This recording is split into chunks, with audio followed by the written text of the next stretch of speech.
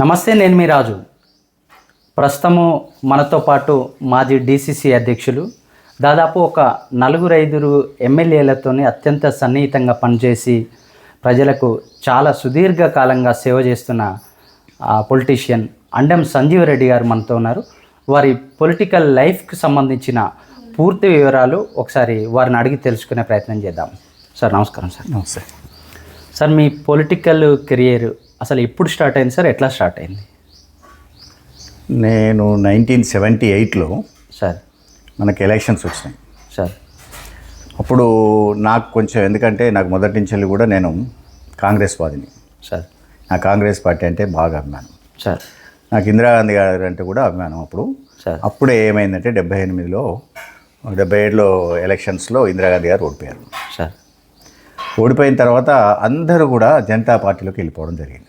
Sir including మా పురుషోత్తమ రెడ్డి గారు కూడా జనతా పార్టీలోకి వెళ్ళిపోవడం జరిగింది. మేము చిన్నపిల్లలం, మాకు అంత అవగాహన కూడా లేదు, అంత పెద్ద ఇది కాదు మేము. అప్పుడు చిన్నపిల్లలం. సార్ 78 అంటే అప్పుడు చాలా చిన్న ఏజే మాకు. ఓటు హక్కు కూడా ఇంకా రాలే మాకు. సార్ అయితే దాంట్లో ఏం చేసినామంటే, మాకెందుకో కాంగ్రెస్ మీద, ఇందిరాగాంధీ మీద బాగా అభిమానం ఉండే, చిన్నపిల్లలు అయినా కూడా. సార్ మేము గోళ్ళ మీద వాళ్ళ పేర్లు రాసేది. సార్ అప్పుడు అంతా జాజుతోనే కదా. అవును సార్. జాజుతో రాసేవాళ్ళం. తర్వాత ఏమైందంటే, పురుషోత్తమ రెడ్డి గారు వెళ్ళిపోయిన తర్వాత ఎవరూ లేరు అక్కడ అసలు క్యాండిడేట్. సార్ సరే అనుకోకుండా కొమ్ము పాపయ్య గారికి టికెట్ ఇవ్వడం జరిగింది. అక్కడ గోడిపల్లి పిచ్చిరెడ్డి కాంగ్రెస్ నుంచి రావడం జరిగింది. సార్ అయినా కూడా మేము పాపయ్య గారు ఎమ్మడి ఉన్నాం, పిల్లలమైన అందరం తిరిగినాం. ఆయనతోనే ఎవరు లేకుండేది, పాపం ఎవరు తిరగకపోయేది. సార్ తిరిగి చేసినాం. అప్పుడు జనాలలో ఇందిరాగాంధీ మీద బాగా సింపతి వచ్చింది. మన ఆంధ్రప్రదేశ్లో, కర్ణాటకలో కాంగ్రెస్ పార్టీ ఘన విజయం సాధించడం జరిగింది. అప్పుడు మేము తిరగడం జరిగింది. అది మాకు స్టార్టింగ్. పురుషోత్తమ రెడ్డి గారి పరిచయం ఎప్పుడైంది సార్? ఎట్లా మీకు? పురుషోత్తమ రెడ్డి గారు నాకు చిన్నగా ఉన్నప్పటి నుంచి తెలుసు, కాకపోతే అంత గుర్తింపు లేకుండా ఆయన దగ్గర కూడా నాకు. సార్ తర్వాత ఏమైందంటే, ఎప్పుడైతే పార్టీలకు వచ్చిండో ఆయన, సార్ వచ్చిన తర్వాత కొంత పాపయ్య కొద్దిగా ఆయన మాకెందుకో పడకుండా అయింది. సార్ పడకుండా అయిన తర్వాత 85లో మళ్ళీ బై ఎలక్షన్స్ వచ్చినాయి. సార్ బై ఎలక్షన్స్ ఏది రామారావు పడిపోయి చేస్తే ఈయన వచ్చి ఎవరు మన విజయభాస్కర్, నో ఈయన నాదెళ్ల భాస్కర్ వచ్చి మళ్ళీ తర్వాత ఎలక్షన్స్ వచ్చినాయి. సార్ 85లో ఎలక్షన్స్ వచ్చినప్పుడు మేమందరం కలిసి ఈయనకు పాపయ్యకి ఇవ్వద్దని చెప్పేసి మేమందరం ఇది చేసినాం. మేము అప్పటికి మాకు 85 అంటే మాకు పుట్టకు కూడా వచ్చింది. సార్ అప్పుడు మేమందరం పోయినాం. సరే అప్పుడు కూడా చిన్నపిల్లగానే ఆయనే చూసేది. ఆయన నాన్న పెద్దగా ఇది ఒక లీడర్గా లాగే పెద్దగా చూడలేదు. సరే మేము చెప్పినాం. తర్వాత ఆయన అందరినీ కూర్చునబెట్టి విజయభాస్కర్ రెడ్డి గారు నాకు అప్పచెప్పిండు. సార్ కాబట్టి రావు బీరేంద్ర సింగ్ ఆయనకు సపోర్ట్ ఉండు, కాబట్టి ఆ ఒక్క సీట్ కంపల్సరీ గెలిపించుకురావాలని చెప్పిండు. ఇక మీరు ఈసారి పని చేయండి అని మమ్మల్ని అందరినీ సంజాయించడం జరిగింది. 85లో ఆయన గెలవడం జరిగింది. ఎవరు సార్? పాపయ్య. సార్ రెండోసారి కూడా గెలిచిండు, 85లో కూడా గెలిచిండు. సార్ ఇక తర్వాత కొంచెం పాపయ్య గారు దూరం కావడం, ఆయన పద్ధతులు వేరే మాకు నచ్చని దూరం అయినాం. అప్పుడు పురుషోత్తమ రెడ్డి గారికి నేను 94లో బాగా దగ్గరైన సార్. ఎందుకంటే 89లో కూడా ఆయన పోటీ చేసిన. 89లో నేను అప్లై చేసిన సార్, ఎమ్మెల్యేగా అప్లై చేసిన. మీరు ఎమ్మెల్యేగా 89లో. 89లో సార్. 89లో చేస్తే ఏమయ్యా నా మీద పోటీ చేస్తావా అన్నాడు. లేదు సార్, అప్లై చేస్తారు, అందరు చేస్తారు, నేను చేసిన. కానీ నేనేం మీరు చేసినాక నేను చేస్తా సార్ అని అన్నా. సార్ అన్నాక సరే ఆయన చేసిండు. సరే ఆ సార్ ఆయన గెలిస్తే చాలా మంచి ఫ్యూచర్ ఉండేది ఆయన, కానీ ఓడిపోయాడు సార్ 89లో. తర్వాత 94లో మేము అందరం కూడా ఆయనకు చేయడం జరిగింది ఇండిపెండెంట్గా. గంట గుర్తు సార్. కానీ అప్పుడు కూడా నేను చిన్నపిల్లగానే, నాకన్నా పెద్దోళ్ళు ఏది వీళ్ళు శంకర్ రెడ్డి, ఇంకరెడ్డి వాళ్ళంతా ఉండేది, మేఘారెడ్డి వీళ్ళంతా ఉండేది. అంతా ఇది లేదు, కానీ మమ్మల్ని మేము కూడా బాగానే కష్టపడ్డాం, చేసినాం. నా దగ్గర ఆయన గుర్తు పేరు పెట్టి పిలిచేంత చనువు ఉండే. మేము కూడా ఇది చేసేది, చెప్పేది ఏదన్నా గంట గుర్తప్పుడు సార్. 94లో ఓడిపోయిన తర్వాత ఎవరు లేరు, అందరు వెళ్ళిపోయారు. ఆయన 94లో ఓడిపోయిన తర్వాత అందరూ ఇక టీడీపీలోకి వెళ్ళిపోయారు. అప్పుడు టీడీపీ హవా నడుస్తుంది బాగా సార్, అంతా టీడీపీలోకి పోయారు. అయితే ఒకసారి మాకేమైందంటే, ఈ గుండాల ఇండిపెండెంట్గా గెలవడం జరిగింది అందరం సార్. అప్పుడు ఇండిపెండెంట్ గెలిచినప్పుడు ఏమైందంటే, ఎవరి దగ్గర కూడా పెద్ద డబ్బులు, అప్పుడు డబ్బులు కూడా ఖర్చు కాకపోయాయి. ఇది లోకల్ బాడీ ఎలక్షన్స్. మేము పురుషోత్తమ రెడ్డి గారి పేరు మీద మేము టికెట్ ఏది మన బీఫామ్ తీసుకోకుండా ఇండిపెండెంట్గా గెలిచినాం అందరం కాంగ్రెస్ మీద సార్. గెలిచిన తర్వాత అప్పుడు పురుషోత్తమ రెడ్డి గారికి కొద్దిగా ఏర్పడేది, గుండాలోళ్ళు నేనంటే బాగా అభిమానం ఉంటుంది. అందులో సరే అందరం కలిసి చేసినాం. కాకపోతే నాది ఎంతవరకు అంటే, నేను కొంచెం డబ్బులు గిప్పులు అంతా నేనే పెట్టినా సార్. అప్పుడు ఆయనకి నా మీద కొంచెం గురి ఏర్పడేది. తర్వాత ఇక నన్ను అప్పుడు దగ్గర తీసి నేను రాజకీయాల్లో పెద్దగా పార్టిసిపేట్ కాకపోయేది, మామూలుగా అయ్యేది. నేను బిజినెస్లోనే ఉంటాయి, కాంట్రాక్ట్లు చేసేది. అప్పుడు ఫోకస్ అయ్యారు మీరు. అయితే ఇక అప్పటి నుంచి ఈయన ఏం చేసాడు, నన్ను డీసీసీ మెంబర్గా చేశాడు. సార్ డీసీసీ మెంబర్గా చేసి తర్వాత మొత్తం అన్ని ఎక్స్పెండిచర్స్ కూడా నేనే పెట్టుకునేది. నేనే ఇక అన్ని మీటింగ్లు నాకు అప్పయిపోయింది, సార్ నేనే చూసుకునేది. అయితే నాకు పురుషోత్తమ రెడ్డి గారు ఒకసారి చెప్పింది ఏంటంటే, మేమిద్దరం కూర్చున్నప్పుడు, సంజీవ్ అదేం లేదు, అప్పటికే నేను ఎప్పటి నుంచి 88 నుంచి కార్ మెయింటైన్ చేస్తున్నాను సార్. కాబట్టి కొంచెం ఫైనాన్షియల్గా ఉన్నాడు కాబట్టి అనుకున్నాడో మరి ఏమనుకున్నో తెలియదైనా, సార్ సంజీవ్ నాతో నుండు, నీకు మంచి భవిష్యత్తు ఉంది, నా తర్వాత నువ్వు ఎవరు లేరు, నేను నా పిల్లల్ని తీసుకురాను, ఎవరిని తీసుకురానని చెప్పి చెప్పడం జరిగింది. సరే ఏదేమైనా ఆయనతో ఉన్నాము. 99లో అందరం కష్టపడ్డాం, ఇది చేసినాం, ఆయన టికెట్ వచ్చింది, గెలిచిండు. 99లో అనుకోకుండా మాకు దురదృష్టం ఏంటంటే గవర్నమెంట్ వస్తుందని మాకు ఆశ ఉండే, కానీ రాలే. సరే రాకపోయినా అట్లే నడిచింది. సార్ మీకు పురుషోత్తం రెడ్డి గారికి బాండింగ్ ఎట్లా ఉండేది సార్? మామూలుగా మీరు కార్లో పోయినప్పుడు, ఇంట్లో ఉన్నప్పుడు ఆయన మిమ్మల్ని చాలా బాగుండేది. నన్ను ఒక నిజంగా కూడా ఆయన కొడుకు కంటే ఎక్కువ చూసేది నన్ను. సార్ ఆ ఇంట్లో ప్రతి ఒక్కరు కూడా నాకు ఈరోజు కూడా వాళ్ళ ఫ్యామిలీ మొత్తం పరిచయమే. వాళ్ళ వియంకుల దగ్గర నుంచి ఎక్కడికి పోయినా అక్కడికి పోయి భోజనం చేసేవాడిని ఆయనతో పాటు. సార్ వాళ్ళ వియంకులు నారాయణ సాబ్ కానీ అందరు పరిచయమే. తర్వాత ఆయన బెడ్రూమ్లో ఉన్నా కూడా నన్ను పిలిచేది, నేను బెడ్రూమ్లో కూర్చొని మాట్లాడేది. ఆయనకు ఒకవేళ కొంచెం ఏమైనా నలుతాగుండే జ్వరం రావడం అని జరిగితే ఆయన బెడ్రూమ్లో మీ ఇద్దరేమో కూర్చునేవాళ్ళం. ఏమని పిలిచేది సార్ మిమ్మల్ని? సంజీవ్ అనేది, అంతే. సంజీవ్ కోప్పడేది సార్? నన్ను తక్కువ, ఎందుకంటే నేను అవకాశం ఇవ్వకపోయేది. ఎప్పుడన్నా ఒకసారి ఇది చేస్తే అలిగేది కొద్దిగా. ఒకసారి ఏమైందంటే సార్, మోత్కూరులో మొత్తం కాన్ఫరెన్స్ మీటింగ్ పెట్టమన్నాడు సార్. ఆయనకి ఎమ్మెల్యే కాలే సార్. సరే మంచిదని నాకేమైందంటే, మన మాసాన్పల్లిలో రామరెడ్డి సార్ చనిపోయిన తర్వాత ఉప సర్పంచ్ అయ్యాడు సార్. అతను ఏంటంటే, అంతకుముందు రామ్ దయాకరు ఆయన తీసుకొని ఒక రోజు ఊళ్ళో ఉంటే నూనె ఇవ్వడం వచ్చి, సార్ మీరు రేపు నా మీద అవిశ్వాసం పెడుతున్నారు, ఒకవేళ అవిశ్వాసం కనుక నెగితే నేను సూసైడ్ చేసుకుంటా. ఎవరన్నారు సార్? ఉప సర్పంచ్ అదే మా ఉండే సార్. అంటే లేదు, మీరు వచ్చి నన్ను ఎట్లా చేసి కాపాడాలంట సార్. అప్పుడు మా మండల్ పార్టీ అధ్యక్షుడు నరసింహారెడ్డి అని ఉండే సార్. ఆయనకి ఏం చెప్పినా, నువ్వు మోత్కూరులో చూడు, గౌస్ బాయ్కి కూడా చెప్పిన. గౌస్ బాయ్కి ఏం చెప్పినట్టే, గౌస్ బాయ్ వాళ్ళందరికీ భోజనాలు ఏర్పాటు చేయమన్నాడు సార్. కొద్దిగా హోటల్లో చెప్పేసి అంటే నేను చెప్తుంది అన్నాడు. మిగతా అన్నీ ఏర్పాట్లు చేయండి, ఫంక్షన్ హాల్ నుంచి తీసుకొచ్చి అట్టా ఏవి జమకాలు ఇంపాలు వేసి హై స్కూల్లో ఇది చేయండి. హై స్కూల్ సండే ఆ రోజు హాలిడే ఉంది అనుకో, మరి చేయండి అని చెప్పిన. కానీ ఎవరు పట్టించుకోలే సార్. నాకు ఇది అయిపోయి అవిశ్వాసం నీకు ఇది చేయించి నేను ఇది చేసిపోయే వరకు సార్ వచ్చిండు సార్. నేను నమస్తే సార్ అంటే కూడా మాట్లాడతలేడు సార్. సరే ఆయన ఉండి అన్ని జమకాలు లేపించండి, ఏం చేసి ఫస్ట్ నేనే మాట్లాడతా అన్నాడు సార్. సరే మాట్లాడాడు. మేము ఏం చెప్తాడు అనుకున్నాం సార్. ఇగో మీ దాంట్లో ఎవరన్నా, నేను ఉండట్లేదు, ఇక మీ దాంట్లో ఎవరినో లీడర్ని అనుకోండి, నేను వాళ్ళకి చేస్తా సార్. మీరే నిలబడండి, మీరే ఇది చేయండి, నేను ఇక రాజకీయాల నుంచి విరమించుకుంటాను. పోయి కారెక్కాడు. ఎప్పుడు సార్? 99 కన్నా ముందే సార్. నేను అందరినీ మనలో కృష్ణ అడిగిన అందరినీ లేపి అయిపోయి ఆడ కూర్చోపోయేటి, అందరూ ఆడ కూర్చున్నాక అప్పుడు సంజయ్ రెడ్డి నువ్వు ప్రామిస్ చేస్తే సార్ నేను వస్తా, లేకుండా రాను. లేదు సార్ చెప్పండి, నువ్వు ఇవాళ ఏదో అయిపోయింది, నువ్వు 10,000 మందితో భోజనాలు పెట్టుకుంటూ 10,000 మందితో మీటింగ్ పెట్టాలి సార్. పెడతా అంటే నేను వస్తా, లేకుంటే నేను వెళ్ళిపోతా అంటారు సార్. సరే మంచిది సార్ పెడదాం సార్ అన్నాక దిగిండు, అంత మాట్లాడి చెప్పిండు. సరే ఏదో మాది కూడా మేము ఇట్లా అయిందని చెప్పినాం సార్. దానికి ఆయన కూడా సాటిస్ఫైడ్. తర్వాత మళ్ళీ 10,000 మందితో సార్ మేము ప్రైమరీ స్కూల్లో మోత్కూరులో పెట్టడం జరిగింది సార్. ఆ రోజు విపరీతమైన జనం వచ్చారు, బాగా ఇదైంది. ఆయనకి ఎవరో కత్తి ఇస్తే కూడా కత్తి పట్టుకొని ఏదో అంటే అప్పుడు ఈనాడులో ఫస్ట్ హెడ్లైన్లు వేసారు. ఆయన మీద కంప్లైంట్ చేసినప్పుడు 9 జోషి ఉండే ఇన్ఛార్జ్ సార్. ఆమె కంప్లైంట్ చేస్తే ఆమె ఎక్స్ప్లెనేషన్ ఇచ్చినాం, ఇది పార్టీ గురించి అనలే, ఎవరిని దృష్టిలో పెట్టుకుని అనలే చెప్పినాం. ఏదో జరిగిపోయింది అది సార్. పురుషోత్తం రెడ్డి గారి టైం అంటే టైం ఏనంటే కదా సార్, ఎమ్మెల్యే ఉన్నప్పుడు లేనప్పుడు కూడా ఎప్పుడైనా ఆయన ఇప్పుడు 6 గంటలకు మనం ఉదయం 6 గంటలకు నేను మోత్కూరుకు వస్తా అని చెప్పినాకో సార్ 5 to 6 ఆడుండేది సార్. ఒక 10 నిమిషాలు ముందు వస్తే ఊరు పక్కన ఆగేదటగా సార్.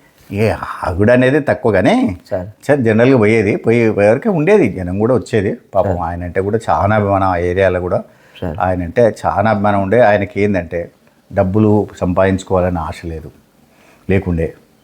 ఏదైనా ఎలక్షన్ వస్తే ఎవరైనా ఇస్తే తీసుకునేది, లేకుండా లేదు సార్ ఇంతగా ప్రేమించిన పురుషోత్తం రెడ్డి గారు కాంగ్రెస్ అంటే ఆయనకు చాలా ఇష్టము, కాంగ్రెస్ కూడా ఆయన చాలా గౌరవించింది.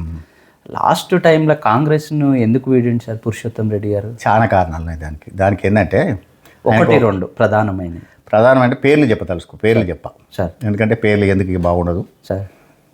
కొంతమంది సరే ఆయన ఎమ్మెల్యే చేసిండు, తర్వాత ఆయన చేతులు లేకుండా పోయారు, ఆయనకు ఎదురు తిరిగి ఆయనకు తెలియకుండా వేరే ఆయన దగ్గర పోవడం సార్. దాని మీద కొంచెం ఒకసారి వేరే సీనియర్ మినిస్టర్ని కూడా మందలేయడం జరిగింది, అప్పుడు మినిస్టర్ని. సార్. తర్వాత ఈయన కంట్రోల్ లేకుండా పోయింది.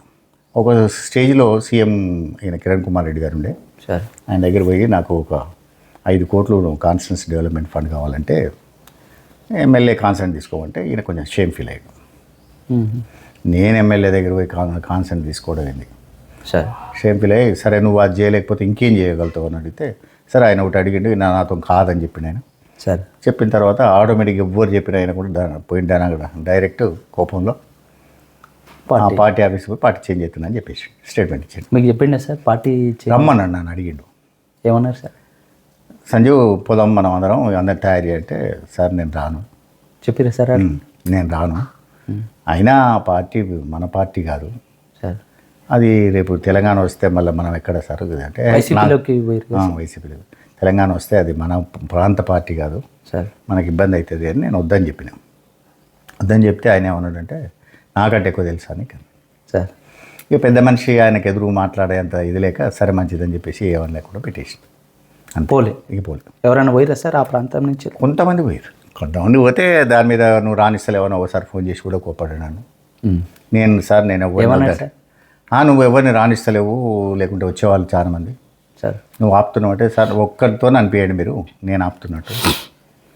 నేను ఆపట్లేదు సార్, నేను ఒక్కరిని ఆపట్లేదు, వాళ్ళు ఇష్టం ఉంటే పోనీ, నేను మాత్రం రావద్దు అనుకున్నాను, నేను ఇట్లే ఉందాం అనుకున్నాను, కాబట్టి నేను రావట్లేదు. మీకు చాలా పొలిటికల్ లైఫ్ ఇచ్చిండు, మిమ్మల్ని చాలా ప్రేమగా చూసుకుంటూ, మీరే చెప్పారు సొంత కొడుకులాగా. అట్లాంటి పురుషోత్తం రెడ్డి గారిది చివరి దశలో దిష్టిబొమ్మ దహనం చేసిర్రు అనేది వాస్తవమైన సార్? ఆ బ్యాచ్లో మీరు ఉన్నారా? నేను లేచి నేను ఉంటాను ఆయనకు పాపం సార్. ఆయన దానం చేసినట్టు నాకైతే తెలియదు సార్, ఎవరు చేసి ఉంటారో మరి తెలియదు. అప్పుడు పోయినప్పుడా ఏమో పార్టీ వెళ్ళంగానే ఆయన దిష్టిబొమ్మను మోత్కూరు గుండాల రెండిట్లల్లా గుండాలలో ఎవరు చేసిరో తెలియదు మరి, ఏదో అన్నారు అప్పుడు, కానీ నాకంత ఐడియా లేదు. మీరైతే దాంట్లో నేను ఎట్లా పోతాను సార్ ఆయన దగ్గర? ఆయన గురించి ఈ రోజు కూడా నేను ఎప్పుడు వ్యతిరేకంగా మాట్లాడలేదు సార్. సరే, కాకపోతే మన అదృష్టం, సరే నన్ను నా తర్వాత నువ్వే నన్ను చేస్తాను ఎన్నోసార్లు చెప్పిండు. నాకు కాన్స్టిట్యున్సీ ఆయన ఎమ్మెల్యే ఉన్నప్పుడు కూడా, ఏది రమణపేట కాన్స్టిట్యున్సీలో ఆయన ఎమ్మెల్యే ఉన్నప్పుడు కూడా కాన్స్టిట్యున్సీ కన్వీనర్ ఉండాలని చెప్పేసి అనుకున్నాను. నన్ను కాన్స్టిట్యున్సీ కన్వీనర్ చేసిండు ఆయన. ప్రతి దానికి మిమ్మల్ని పిలిచేది నన్ను కాన్స్టిట్యున్సీ తర్వాత ఒకటే సీట్ ఉంటుంది, ఒకటే ఉంటుంది ఎమ్మెల్యే కాన్స్టిట్యున్సీ కన్వీనర్ సార్. ఇది అసైన్మెంట్ కమిటీ అని ఉండేది.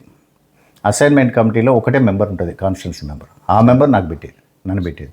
ఇక అక్కడే కాదు, ఈవెన్ నాకు అధికారం ఉన్నా లేకున్నా, ఏ పదవి లేకున్నా, నన్ను మండల్ పార్టీ ఆఫీసర్, ఆయన ఎమ్మెల్యే ఉన్నప్పుడు మండల్ మీటింగ్ పోతే మండల్ మీటింగ్ ఆయన పక్కన కూర్చొని పెట్టుకునేది సార్.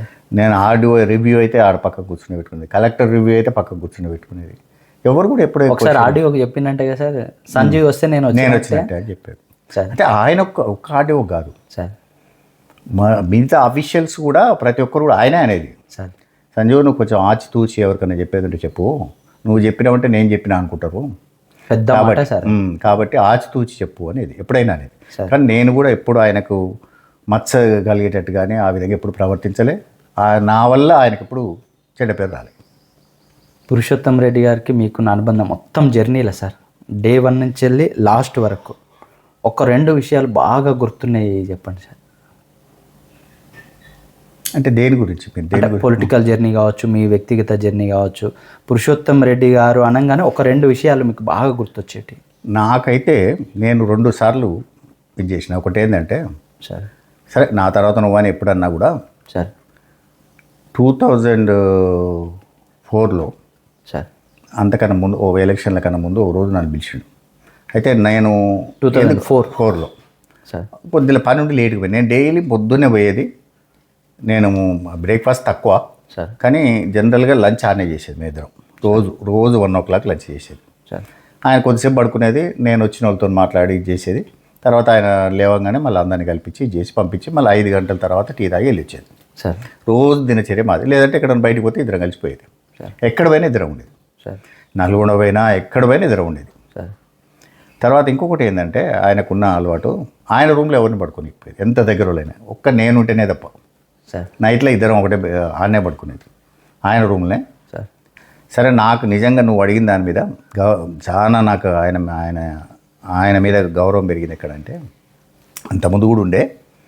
కాకపోతే నేను గర్వించదగ్గ విషయాలు ఏంటంటే, ఒకసారి 2004లో ఆ రోజు ఎందుకు లేటుకు పోయినా, తర్వాత రమణకి చెప్పిండు.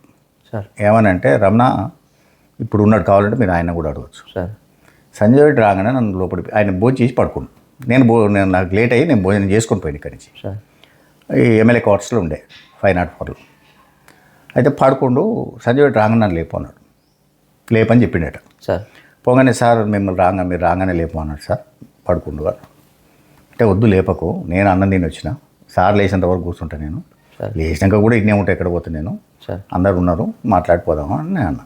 సార్ లేదు సార్ నన్ను తిడతాడు, ఎందుకో మరి ఎప్పుడు చెప్పాలి, ఇప్పుడైతే రాగానే లేపమన్నాడు అని ఓ ప్లాస్టిక్ చైర్ తీసుకుపోయి ఆయన బెడ్ పక్కనే వేస్తుంటే ఆ చైరు సౌండ్కే లేచాడు. సార్ లేచి నమస్తే సార్ అని, నమస్తే అని, సంజీవ్ కూర్చో అన్నాడు. సార్ రమణ నువ్వు బయటకు పో అంటే వెళ్ళి వచ్చేసాడు. కూర్చున్నాక ఏమన్నాడంటే, సంజీవ్ ఈసారి నువ్వు నిలబడు అన్నాడు. నాకు అర్థం కాలే. 2004 ముందు 2004లో సార్ అంటే 99లో ఒకటేసారి ఉంటా అని చెప్పింది కదా నాతో. నా తర్వాత నువ్వే అన్నాడు కదా. నాకు ఆయన ఏమనేదంటే, నేను 27 ఏళ్ళకి మంత్రిని అయినా, కానీ నేను అన్నీ చేసినా, కానీ ఎప్పుడు డైరెక్ట్ ఎలక్షన్లో నువ్వు గెలవలేదు అనేది ఒక అభియోగం ఉంది నా మీద. సార్ ఎప్పుడు ఎమ్మెల్సీతో నేను మినిస్టర్ అయినా, ఒక్కసారి నేను డైరెక్ట్ ఎలక్షన్లో గెలవాలి. సార్ ఎవరు కూడా నన్ను బనాయిస్తారు డైరెక్ట్ ఎలక్షన్లో గెలవాడు ఆయన అని. సార్ అంతకుముందు 2-3 సార్లు ఎమ్మెల్యే చేసి ఓడిపోయాడు. అంటే అప్పుడు అంతా కమ్యూనిస్ట్ ప్రభావం ఉండేది మన ఏరియాలో. సార్ ఏది స్వతంత్రం వచ్చిన కొత్తలో. సార్ ఎప్పుడైనా ఎమ్మెల్సీతోనే మంత్రి అయ్యేది. ఆ రోజు ఏమన్నాడు సార్ ఇంకా లోపల? ఆ రోజు ఏమనంటే, ఈసారి నిలబడు సంజీవ్ నిలబడు అన్నాడు. సార్ అనగా నాకేం అర్థం కాక లేచి నిలబడు. సార్ ఏందా లేచి అన్నాడు. అలాగే నిలబడమంటారు కదా సార్ అన్న. అది కదా కూర్చో అన్నాడు. కూర్చున్న తర్వాత, ఈసారి నువ్వు పూజ చేయి అన్నాడు. దేనికి సార్ అన్న? ఎమ్మెల్యేకు. సార్ నేను చేస్తే కానీ మరి మీరేదంటే, ఇక నేను ఒకటేసారి సంజు నీకు చెప్పిన కదా ఆయన అదే మాట మీద ఉన్నా, ఈసారి నువ్వే ఉండు అంటే నేను గెలుస్తాను సార్ అన్న. సార్ సంజు నాకు నేను ఎట్లా చేసుకున్నానో నీకు అట్లా ఎంతోమందిని చేసిన, ఎంపీలను ఎమ్మెల్యేలను ఎంతోమంది మంత్రులను చేసిన, నిన్ను చేయడం పెద్ద లెక్క కాదు నాకు. సార్ నీకు ఎమ్మెల్యే ఖచ్చితంగా నాకు నేను ఎట్లా చేసుకున్నాను నీకు అట్లా చేసి నేను గెలిపిస్తాను. సార్ నాకు ఎందుకో అనిపించి మళ్ళీ ఏమన్నా అంటే, సార్ ఈసారి అయితే ఉత్త ఎమ్మెల్యే నేనైతా, ఈసారి గవర్నమెంట్ వచ్చేటట్టుంది, మీరు మంత్రి అయితే మీరైతే మంత్రి అవుతారు, మంత్రి అయితే మన ఏరియా మొత్తం బాగుపడుతుంది, కరెక్ట్ కాన్స్టెన్స్ ఎట్లాగో నేనే చూస్తా కదా, చూస్తాను సార్ అంటే, నువ్వు కరెక్ట్ గట్టిగా ఉంటా అంటే నేను నిలబడతా సంజీవ్ అంటే, నా మీద ఏమైనా డౌట్ రా సార్ అన్న. చీచి నీ మీద నాకు డౌట్ అయింది, నేను నా పిల్లలకు తెలియని సీక్రెట్స్ కూడా నీకు తెలుసు, నీకు చెప్తాను కానీ నేను ఎవరికి చెప్పా, కాబట్టి ఏం కాదని అంటే, సంజీవ్ నేను కనుక మంత్రిని అయితే నీకు కార్పొరేషన్ ఇప్పిస్తా పో అన్నాడు. సార్ కార్పొరేషన్ వచ్చినా రాకుండా నాకేం బాధలేదు సార్, మీరు మినిస్టర్ అయితే అంతే సార్ దాకానే అన్న. మీరు షాడో మినిస్టర్ అనుకున్నాము. సరే మినిస్టర్ అయితే కాన్ఫిడెన్స్ అయితే మనం చూసుకోవచ్చు అనుకున్నాం, దాన్ని డెవలప్ చేయొచ్చు, మంత్రి అయితే ఫండ్స్ ఎక్కువ వస్తాయి, ఆ ప్రాంతాన్ని డెవలప్ చేయొచ్చు. నిజంగా కూడా మీకు తెలుసో తెలియదో, పురుషోత్తం రెడ్డి గారు ఎమ్మెల్యే కాకపోందుకు సార్ మోత్కు అడ్డగూరు దగ్గర కానీ ఎటు కూడా ఒక్క బీటీ రోడ్ లేదు, ఒక్క జానడ్ బీటీ రోడ్ లేదు, మొత్తం చుట్టూ రోడ్లు మేమే వేసినాం. గుండాల్లో ఒక జానడ్ బీటీ రోడ్లు మొత్తం మేమే వేసినాం సార్. గుండాల మెటల్ రోడ్ వేసిన ఫస్ట్ నేను కాంట్రాక్టర్ ఉండి Gundala to Mothku metal road. Main road కూడా లేదు సార్, అనంతరం నుంచి గుండాల ఏది లేదు. ఇప్పుడు గుండాల టు మోత్కూరు ఉంది కదా, మెటల్ నేను వేసిన. గుండాల టు బండకొత్తపల్లి అది కూడా ఏది లేదు, అది మేము పురుషోత్తమ నడుసా పీరియడే, మా ఊరు పురుషోత్తమ నడుసా పీరియడే సార్. మొత్తం మెయిన్ రోడ్ అన్నీ ఆయన పీరియడ్లే. మా ఊరికి బ్రిడ్జి లేదు సార్, కానీ ఇంకోటి గవర్నమెంట్ లేని టైంలో ఇష్టం మేము, టీడీపీ గవర్నమెంట్లో ఇష్టం. ఆయన ఎమ్మెల్యే సార్, టీడీపీ గవర్నమెంట్ టైంలో మా ఊరికి బ్రిడ్జి కానీ, ఇదేమో ఎంపీటీసీలది పెట్టి మన ఇది గంగాపురం బ్రిడ్జి కానీ సోమరెడ్డి సార్ చెప్తే అప్పుడు వేసినాం అప్పుడు. సార్ అయితే మరి మిమ్మల్ని పోటీ చేయమన్నారు కదా, మరి మీరు చేయకుండా ఆ టైంలో అయితే తర్వాత ఏమైందంటే, సరే ఆయన నిలబడ్డాడు, తర్వాత అనుకోకుండా మంత్రి ఇవ్వలేదు రాజశేఖర రెడ్డి గారు, ఏదో కారణాలు వాళ్ళు చాలా ఉండొచ్చు సార్, ఉన్నాయి కానీ వేరే కారణాలు అవి మనం చెప్పలేం. ఆ తర్వాత ఆ తర్వాత ఏమైందంటే సార్ కాన్స్టిట్యున్సీ మాకు పోవడం జరిగింది. కాన్స్టిట్యున్సీ బైఫర్కేషన్లో పోయి మనం ఆలేరుకి పోయినాం. ఆలేరు పోయినాక ఆలేరు ఇన్ఛార్జిగా నన్ను ఇచ్చేసాడు. చేసారు 1 ఇయర్ ముందే నన్ను ఇన్ఛార్జ్ చేసిండు. అటు వెంకటేశ్వర రెడ్డిని భువనగిరికి అన్నాడు. నన్ను మా ఇద్దరినే పిలిచి చింతల వెంకటేశ్వర రెడ్డి నీకు భువనగిరి, నీ సంజయ్ రెడ్డి నీకు వెంకటేశ్వర రెడ్డి ఉండి అడగొచ్చు మీరు. మా ఇద్దరిని కూర్చొని నీకు మీ ఇద్దరు పని చేసుకోండి, నన్ను మాత్రం పైసలు అడగొద్దు ఇచ్చేది అంటే, లేదు సార్ మిమ్మల్ని ఎందుకు అడుగుతాం మేము అని చెప్పినాం. నేనేం పని చేసుకుంటూ పోయినాం. తర్వాత ఎన్ని కారణాలు ఎన్ని ఉన్నాయంటే, దాన్ని ఎందుకో ఒకసారి పురుషోత్తమ రెడ్డి గారు ఆయన దగ్గర పోయి ఈసారి నేను ఉండట్లేదు రాజశేఖర్ అన్నట్టు. ఎవరికి? సీఎం గారికి. అంటే ఆయన ఏమన్నా అన్న ఒకవేళ మీరు ఉండకపోతే బీసీ ఏదన్నా ఒక రెండిట్లో ఒకటి బీసీ చేయమని. ఏది భువనగిరి అన్న ఆలేరని అంటే ఈయన సపరేట్గా వెళ్ళి వచ్చిండు. కానీ తర్వాత మళ్ళీ ఒకసారి కూడా ఇక బీసీ అని ఆలేరును పట్టుకున్న తర్వాత నేను కొంచెం అలిగిన కొద్దిగా సార్తో కొంచెం ఒకసారి అసలు ఏంది నాకు ఇస్తారా ఇయ్యరా నా సంగతి ఏంది అని కొద్దిగా ఘర్షణ పడ్డా. పురుషోత్తమ రెడ్డి ఒక రోజు ఆయన గెలవకుండా వెళ్ళిపోతే తెల్లారి మళ్ళీ పిలిపించిండు. పిలిపించి చేసి సరే ఏదో అయింది. దానికి పాపం పూర్ణచంద్రరావుని తిట్టిండు, నువ్వే నేర్పుతున్నావు అది. ఏ పూర్ణచంద్ర? మన మార్కెట్ చైర్మన్ ఉండే ఇంతకు ఆయన, నువ్వు నేర్పుతున్నావు సంజీవ్ గారు తిట్టిండు రానియలే. సరే ఏదో జరిగినాయి. తర్వాత మమ్మల్ని సీఎం దగ్గర దూరిండు. అయితే ఇక మేమేం చేసినాం, సీఎం కూడా డైరెక్ట్ చెప్పిండు. ఎవరు సార్ సీఎం గారి దగ్గర? బీఫామ్ తీసుకున్నాక నేను, భిక్షమయ్య గారు, తర్వాత వెంకటేశ్వర రెడ్డి గారు. భిక్షమయ్య గౌడ్ గారు అసలు ఎప్పుడు వచ్చారు సార్? నాతో తిరిగేది, ఉత్తానే తిరిగేది. ఆయన పార్టీ లేకుండా వాళ్ళ తమ్ముడు నాకు ఎంపీటీసీ కోసం పచ్చవేడు. నాకు అంతకుముందు తెలియదు భిక్షమయ్య ఎవరో తెలియదు. రాములు గారు రాములకు ఎంపీటీసీ ఇచ్చేటప్పుడు సార్ నాకు తెలుసు. అయితే ఎంపీటీసీ ఇచ్చేటప్పుడు కూడా తెలుసు ఏదో డబ్బులునే పెట్టుకుంటాడు అని అన్నారు మన వాళ్ళు. కానీ తర్వాత ఆయన ఎప్పుడు నాకు ఇదైనట్టే ఒకరోజు ఫోన్లో మాట్లాడిపించిండు వెంకటేశ్వర్లు. ఏది భిక్షమయ్య గౌడ్ గారు. భిక్షమయ్య గౌడ్ నల్గొండ నుంచి ఫోన్లో మాట్లాడాడు. ఏందనంటే అప్పుడు మనం సిపిఐకి ఇచ్చినాం జెడ్పీటీసీ గుండాల నుంచి. ఇచ్చిన తర్వాత అందరిని విత్డ్రా చేయించాల్సిన బాధ్యత నీదే అని చెప్పి నాకు అయిపోయాడు. నేను కొంచెం సిద్ధిరాములు ఇన్లే అంటే ఇక నేనేదో బతిలాడి చిన్న ఇది చేసి పంపించిన, మీరు విత్డ్రా చేసుకోరు అని వాళ్ళందరితో వెంకటేశ్వర్లు పంపించిన. సార్ ఆడిపోయిన తర్వాత అందరు విత్డ్రా చేసుకోరు కానీ భిక్షమయ్య ఉన్నాడు. సార్ భిక్షమయ్య అప్పుడు మాకు అయితే భిక్షమయ్య నాతో ఫోన్లో మాట్లాడి నేనేమని చేస్తాను, నేను ఎంత డబ్బులు అయినా పెట్టుకుంటేది అంటే, వద్దు నీకు ఇవ్వం, మాకు పని చేసిన వాళ్ళు ఉంటారు, నీకు ఇచ్చే ముచ్చట్లేదు, మీరు మరీ గట్టిగా ఇదంటే మీ తమ్ముంది ఎగిరిపోద్ది అని చెప్పిన. అంటే ఇక వద్దులేదన్నా నాకెందుకు మిమ్మల్ని కాదు నేను చేస్తా చేయనని విత్డ్రా చేసుకున్నాను. సార్ అప్పుడు ఈయన గెలిచిండు. అది టీడీపీ మీద మన పాండరి గెలవడం జరిగింది. సార్ పాండరి సిపిఐకి ఇచ్చినాం. ఇప్పుడు భిక్షమయ్య గౌడ్ గారు మరి ఎమ్మెల్యేగా లైన్లోకి ఎప్పుడు వచ్చింది సార్? ఇక తర్వాత బీసీ అన్నాక మేము తీసుకొచ్చినాం. సార్ పురుషోత్తమ సాబ్కు కలిసిండు, నాకు కలిసిండు. ఎప్పుడు రోజు నాతో పాటే వచ్చేది పురుషోత్తమ సాబ్ దగ్గరికి. గృహప్రవేశాన్ని కూడా పురుషోత్తమ సాబ్ను వీళ్ళందరినీ నేనే తీసుకుపోయినా. సరే అట్లా మాకు దగ్గర ఉండేది, నాకు రోజు కలిసేది. నాకు మీరు రాజశేఖర రెడ్డి గారి దగ్గరికి తీసుకుపోయారు కదా సార్? నేనేం తీసుకుపోలేదు, పెద్ద మనిషి ఫోన్ చేసి ముగ్గురు వస్తారు కొద్దిగా ఒకసారి సంజాయించు, సంజయ్ రెడ్డి కొద్దిగా ఇది ఉన్నాడు అని చెప్పిండు. అయితే ముందు కలిసినాక పెద్ద మనిషి మీతో మాట్లాడమన్నాడు అని చెప్పేసి చెప్పిండు. ఆయనకి ఎట్లా అంటే ముందు రూమ్లో కలిసేది, సార్ తర్వాత లోపలికి పిలిచేది అవసరం ఉన్న వాళ్ళని, మిగతా వాళ్ళని అక్కడనే డిస్పోజ్ చేసేది. సార్ అన్న తర్వాత మేము ముగ్గురం నిలబడి ఉండగానే రాజశేఖర్ సపరేట్ తిరుగుడు మా రూమ్లోకి వచ్చి, వాట్ గౌడ్ నువ్వు పార్టీ కాదట, బీఫామ్ తీసుకున్నాం పార్టీ కాదంటే సార్ బీఫామ్ తీసుకున్నాం భిక్షమయ్య గారిని ఏమన్నాడు సార్? వాట్ గౌడ్ నువ్వు పార్టీ కాదట కదా అన్నాడు. అంటే మెంబర్షిప్ లేదట. అనగానే నేను పక్కనున్న వెంకటేశ్వర రెడ్డి సపోర్ట్ చేయాలి, నేనుండి లేదు సార్ 5 years నుంచి నా ఎమ్మడే తిరుగుతుండు అని చెప్పి.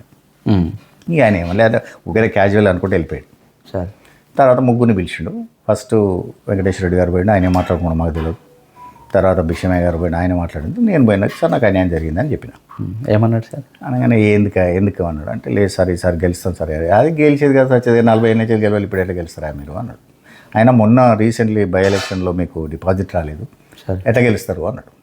సార్ గెలుస్తాం సార్, మేము 1 year నుంచి మీ పేరు మీద గెలుస్తాం సార్ అని చెప్పిన. ఏమంటాం సీఎం గారు అంతే. అనగానే మేము తిరిగినా సార్ నేను మంచిగా ఉంది సార్, ఈసారి గెలుస్తాం సార్ అన్నాడు. నాకంటే ఎక్కువ తెలుసా నీకు అని ఇట్లా ఈ మీద కొట్టి నీకో ఇంటెలిజెన్స్ రిపోర్ట్ చూడు, ఓడిపోతామని ఇచ్చారు, ఓడిపోయే దాంట్లో ఉంది మీ కాన్స్టిట్యున్సీ అన్నాడు. సార్ లేదు సార్ ఈసారి మీ పేరు మీద గెలుస్తాం సార్ అన్నాడు. నాకంటే ఎక్కువ తెలుసా అని నేను ఉన్నపో తర్వాత ఏదన్నట్టు నేను చూసుకుంటా అంటే కడుపులో గుద్దిండు, డోర్ తీసి వెళ్ళి వచ్చేసి ఏం చేస్తావు ఎక్కువ టైం ఇవ్వండి అంతే. వెళ్ళొచ్చేసాను అంతే ఇక. సరే నేనైతే ప్రామిస్ చెప్తున్నా, నేను నిలబట్టి ఏ విధంగా చేసుకుంటా అంతకన్నా ఎక్కువ చేసిన భిక్షమయ్య గారిని గెలిపించాను. మరి సార్ ఆడదాకా పోయినారు, గెలిపించారు, కష్టపడ్డారు, ఇద్దరు కూడా బాగుండే సార్.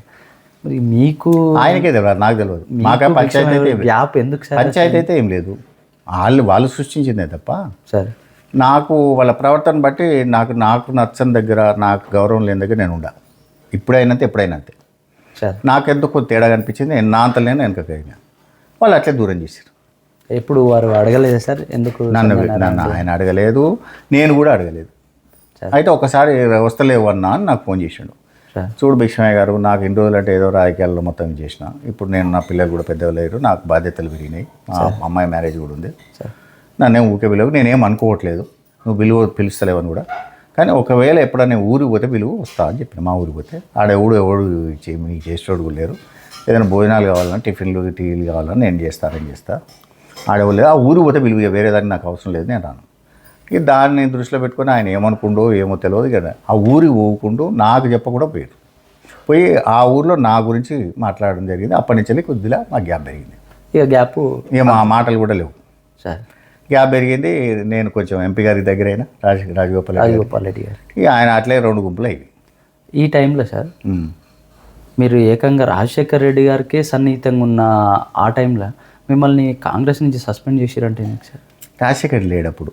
లేడా సార్? లేడు. రాజశేఖర్ ఉన్నప్పుడు ఒకసారి సస్పెండ్ చేశారు, రామరెడ్డి మండల పార్టీ అధ్యక్షుడు ఉంటే సస్పెండ్ చేశారు. అయితే తూడి దేవేందర్ రెడ్డి లెటర్ ప్యాడ్ తీసుకొని దాని మీద రాసి పెడితే నేను అది తీసుకొని పోయి మేము బొత్స సత్యనారాయణ కలిసినాం.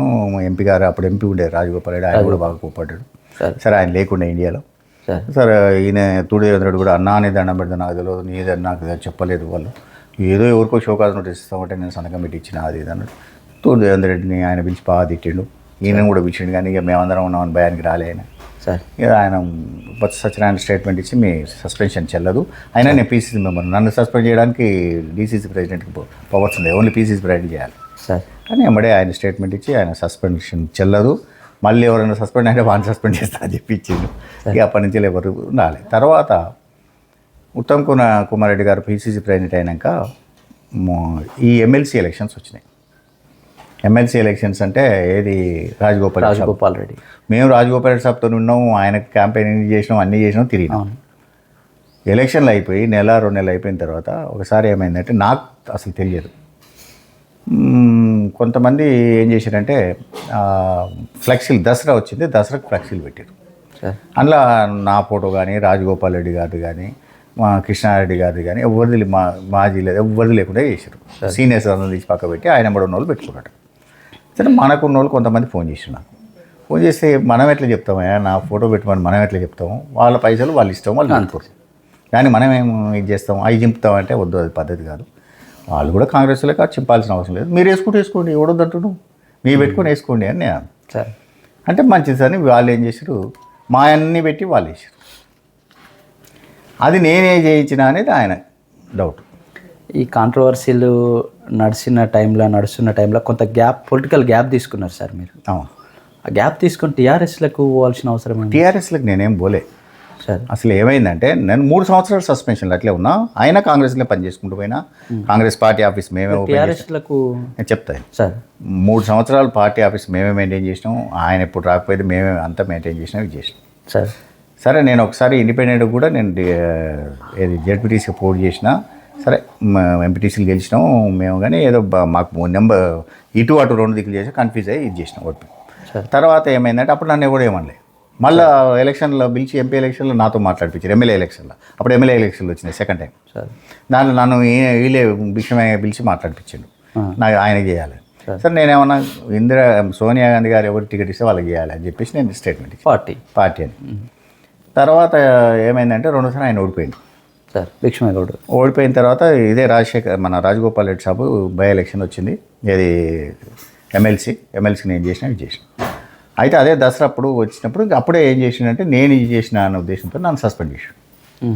అయితే నేనేం చేసినంటే నేను అడుగుతా అని చెప్పేసి నేను కోదండరెడ్డి గారిని కూడా కలుస్తా, ఆయన కమ్యూనిస్ట్ శిక్షణ సంఘం చైర్మన్ ఉండే, నేను ఒక అప్లికేషన్ పెట్టుకుంటే వాళ్ళు రివోక్ చేస్తూ ఉంటారంటే రాజగోపాల్ రెడ్డి షాప్ ఉండే, లేదు నువ్వు తప్పు చేయలేదు, నువ్వు అవసరం లేదు, ఆటోమేటిక్గా అదే పోతుంది, ఉండు అని. సార్ నేను ఉన్నా కదా నీకు ఎందుకంటే సరే అట్లే పని చేసుకుంటూ ఉన్నాం 3 ఏళ్ళు. సార్ తర్వాత మళ్ళీ మేము పోతే ఉత్తమ్ కుమార్ రెడ్డి గారు కూడా మమ్మల్ని పెద్ద ఇది చేయలేదు, అసలు కలవడానికే ఇది చేయలేదు. నేను లాస్ట్కు ఆఖరికి ఎవరిని అడిగినా కార్యకర్తలు నాయమడబడ్డారు. లేదు మనకు సస్పెండ్ చేసి ఇంత ఇన్సల్ట్ చేసినా 3 ఏళ్ళ నుంచి ఉన్నా కూడా ఎవరు పట్టించుకుంటలేరు మీ గురించి, మీరు ఇంత సీనియరు.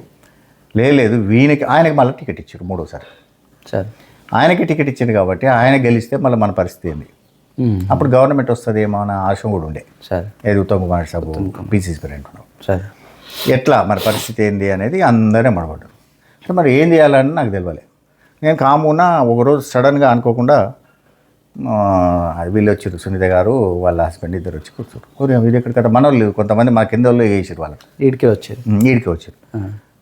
మీరు రావాలా? నేను ఎట్లా రావాలి, నాకు టైం లేదు, నేను కార్యకర్తలతో మాట్లాడాలి అని. లేదు రేపే రావాలట. వీళ్ళంతా ఎంబడి వచ్చిన వాళ్ళు మనకు ప్రెషర్ ఇస్తారు మన వాళ్ళు. సార్ నాకు టైం కూడా ఇవ్వలేదు. సేమ్ డే అదే రోజు జైన్ చేయించారు. ఇక సరే మనోళ్ళు పోయి ఏంది ఇచ్చారు, ఆడికి బాగానే జనం అయితే బాగానే వచ్చారు. సరే ఏదో అయిపోయింది. ఎలక్షన్ అయింది. ఎలక్షన్ అయిపోయిన తర్వాత గవర్నమెంట్ వచ్చింది, ఎమ్మెల్యే గెలిచిండు, అందరు గెలిచింది. మళ్ళీ వెంకటరెడ్డి గారు వీడికి భువనగిరి నుంచి వెళ్ళి పోటీ చేస్తున్నాం, భువనగిరి ఎంపీని. ఆయన ఢిల్లీ నుంచి వెళ్ళి ఫోన్ చేసి సంజయ్ నువ్వు రావాలి, రాకుంటే బాగున్నా అన్నా, నేను మొన్ననే ఈ పార్టీలకు వస్తే 2 నెలలు 3 నెలలు అవుతుంది, మళ్ళీ అంతకు వస్తే ఏమనుకుంటారు, రోజుకో పార్టీ తిరుగుతారు అనుకుంటారేమో. నాకేమో అసలు పార్టీ వదిలిపెట్టుడే ఇష్టం లేకుండా ఆయన అందరూ బలవంతం చేసి పంపించారు. మిమ్మల్ని బూర నర్సయ్య గౌడ్ కూడా బతిలాడు, వద్దు పోవద్దు, నాకు ఆయనతోనే ప్రమేయం, ఆయన నేను తీసుకొస్తలేనని కూడా అన్నాడు ఆయన. పాపం వీళ్ళు కూడా ఎమ్మెల్యే కూడా మంచి రెస్పెక్ట్ ఇచ్చారు నాకు, ఇది చేసారు. కానీ నాకేం మనసులో బాధ ఉంది ఏంటంటే మళ్ళీ ఆయన వస్తుంటే వీళ్ళు ఆపకపోతే నేను ఎట్లా ఉండాలి అందులో. నేను పార్టీ మీద కోపంతో పోలే అందులో, వ్యక్తి మీద కోపంతో పోయింది. అయితే ఒకరిద్దరు ఏమన్నారు సార్ అంటే, ఇటు భిక్షమయ్య గౌడ్కి ఇస్తేనేమో సునీత మహేందర్ రెడ్డికి వెళ్ళి పోయినరు, అక్కడుండి అక్కడ బూర నర్సయ్య గౌడ్కి ఇస్తే మళ్ళీ కోమటిరెడ్డి వెంకటరెడ్డికి వెళ్ళి వచ్చిండు. అంటే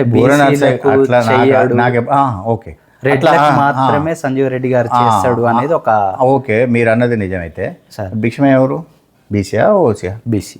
మరి నేను ఎట్లా ఇప్పించి నేను దగ్గరుండి నేను పైసలు పెట్టి నేను చేసిన, అవును నా భుజం మీద ఆయనకేం తెలియదు కదా అప్పుడైతే. మరి నేను ఎందుకు చేసిన? ఇప్పుడు ఐలే ఎవరు, బీసీ. నేను భుజాన్ని వేసుకోలేదు, ఎమ్మడి ఉన్నానా లేదా? ఆయనకి ఏమైనా మోసం చేసిన? ఎక్కువ ఎవరు చేసిన పరుపుని? వెంకటేశ్వర్లు ఎవరు, నూనెమంతల వెంకటేశ్వర్లు నేనే తీసుకొచ్చిందా, ఇంకెవరైనా చేసిరా?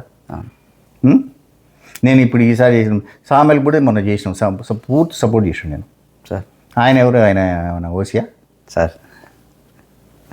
ఇంకోటి మీకు అదే అనుకుంటే నాకు ఇప్పుడే కాదు చిన్నప్పటి నుంచి లేదు, మన ఎవరు గోర్పల్లి పిచ్చిరెడ్డి గారు మాకు దగ్గర బంధువు, ఇప్పుడు సంతోష్ రెడ్డి అన్న, సంతోష్ రెడ్డి వాళ్ళ పెదనాన్న. సార్ అప్పుడు పాపయ్యని పెట్టారు. మరి పాపయ్య ఎమ్మడి తిరిగినావా, గోర్పల్లి పిచ్చిరెడ్డి ఎమ్మడి తిరిగినావా? మీరు పాపయ్యతోనే తిరిగి. పార్టీ పాపయ్య నన్ను అంటే బాగా లైక్ చేసేది. పురుషోత్తమ్ రెడ్డి గారు 2099లో నిలబడ్డప్పుడు పాపయ్యని తీసుకొచ్చి కల్పించిన, ఇద్దరు పడకపోతే కూడా. పాపయ్య అప్పుడు పురుషోత్తమ్ రెడ్డి గారికి చేసిండు సార్ 99లో. తర్వాత వాళ్ళ తమ్ముని కూడా తీసుకొచ్చిన, అందరినీ తీసుకొచ్చిన. ఇప్పుడు ఉన్నారు కాపురు నరసింహ, అందరూ ఆయనకి చేసారు అప్పుడు 99లో. సరే ఇక ఇప్పుడు మీకు అత్యంత మిమ్మల్ని గౌరవించే వ్యక్తి, మీకు ఆత్మీయుడు కూడా ప్రజెంట్, బీర్ల ఐలయ్య గారితో మీకు పరిచయం ఎప్పటి నుంచి స్టార్ట్ అయింది సార్? నాకు బీర్ల గారు టీడీపీలో సర్పంచ్, టీడీపీలో కొంచెం మంచి పేరు ఉంది, మంచివాడు అని చెప్పేసి నాకు చెప్పడం జరిగింది. సార్ ఆయన ఎట్లన్నా మీరు పార్టీలో తీసుకుంటే అప్పుడు భిక్షమే నిలబడప్పుడు గెలుస్తాడు అని అంటే, నేను భిక్షమయ్య ఇద్దరం కలిసి వాళ్ళ ఇంటికి రాత్రి పోయినప్పుడు లేడు ఆయన. సార్ ఊళ్ళో సర్పంచ్ కొద్దిసేపటికి వచ్చిండు. వచ్చినాక ఆయన మాట్లాడి తెల్లారే పార్టీలో జాయిన్ చేసుకున్నాం. అంటే ఇప్పుడు ఐలయ్య గారిని కూడా కాంగ్రెస్లో జాయిన్ చేసింది మేము పోయినాం, ఇద్దరం పోయి ఇంటికి పోయి ఆయన ఏదో చిన్న చెప్పి చేసి తీసుకొచ్చుకున్నాం సార్. ఇప్పుడు మీరు దగ్గరగా చూస్తున్నారు సార్, దాదాపు మీరు 2-3 ఎమ్మెల్యేలతో ప్రయాణం కొనసాగుకుంటూ 2-3 ఏంది నాకు చాలా మంది పరిచయం. అంటే మీరు ఈ కాన్స్టిట్యున్సీ వరకైతే పాపయ్య గారి దగ్గర నుంచి మొదలు పెడితే ఈరోజు ఐలయ్య గారి దాకా ఆల్మోస్ట్ అందరూ జర్నీ మీ భాగస్వామ్యం ఉంది. ఐలయ్య గారి బిహేవియర్ అంటే పొలిటికల్ స్టైల్ ఎట్లా ఉంటుంది సార్? కార్యకర్తల దగ్గర ఆయన కొంచెం బోలా టైపు, ప్రతి ఒక్కరిని నమ్ముతాడు సార్. ఇంకోటి ఏంటంటే ఆయన పార్టీ అనే ఉండదు, అందరు నా వాళ్ళే నాకే చేసిరు అనే అభిప్రాయం ఆయనకుంది. ఐలయ్య గారు అందరు చేసిరు నాకు సార్, ఏ పార్టీ ఈ పార్టీ కాదు ఆ పార్టీ కాదు అన్ని పార్టీల్లో నాకు చేసిరు కాబట్టి నేను 55,000 మెజార్టీతో గెలిచిన అనే అభిప్రాయం ఆయనకుంది. కాబట్టి అదేవిధంగా ఆయన కూడా ఎవరు వచ్చినా చేస్తాడు. కోపం వస్తే మాత్రము కోపం అంటే ఇక ప్రతి మనిషికి ఉంటుంది. ఎప్పుడోసారి ఏదో ఇటు ఇరిటేట్ చేస్తే రావడం సహజం.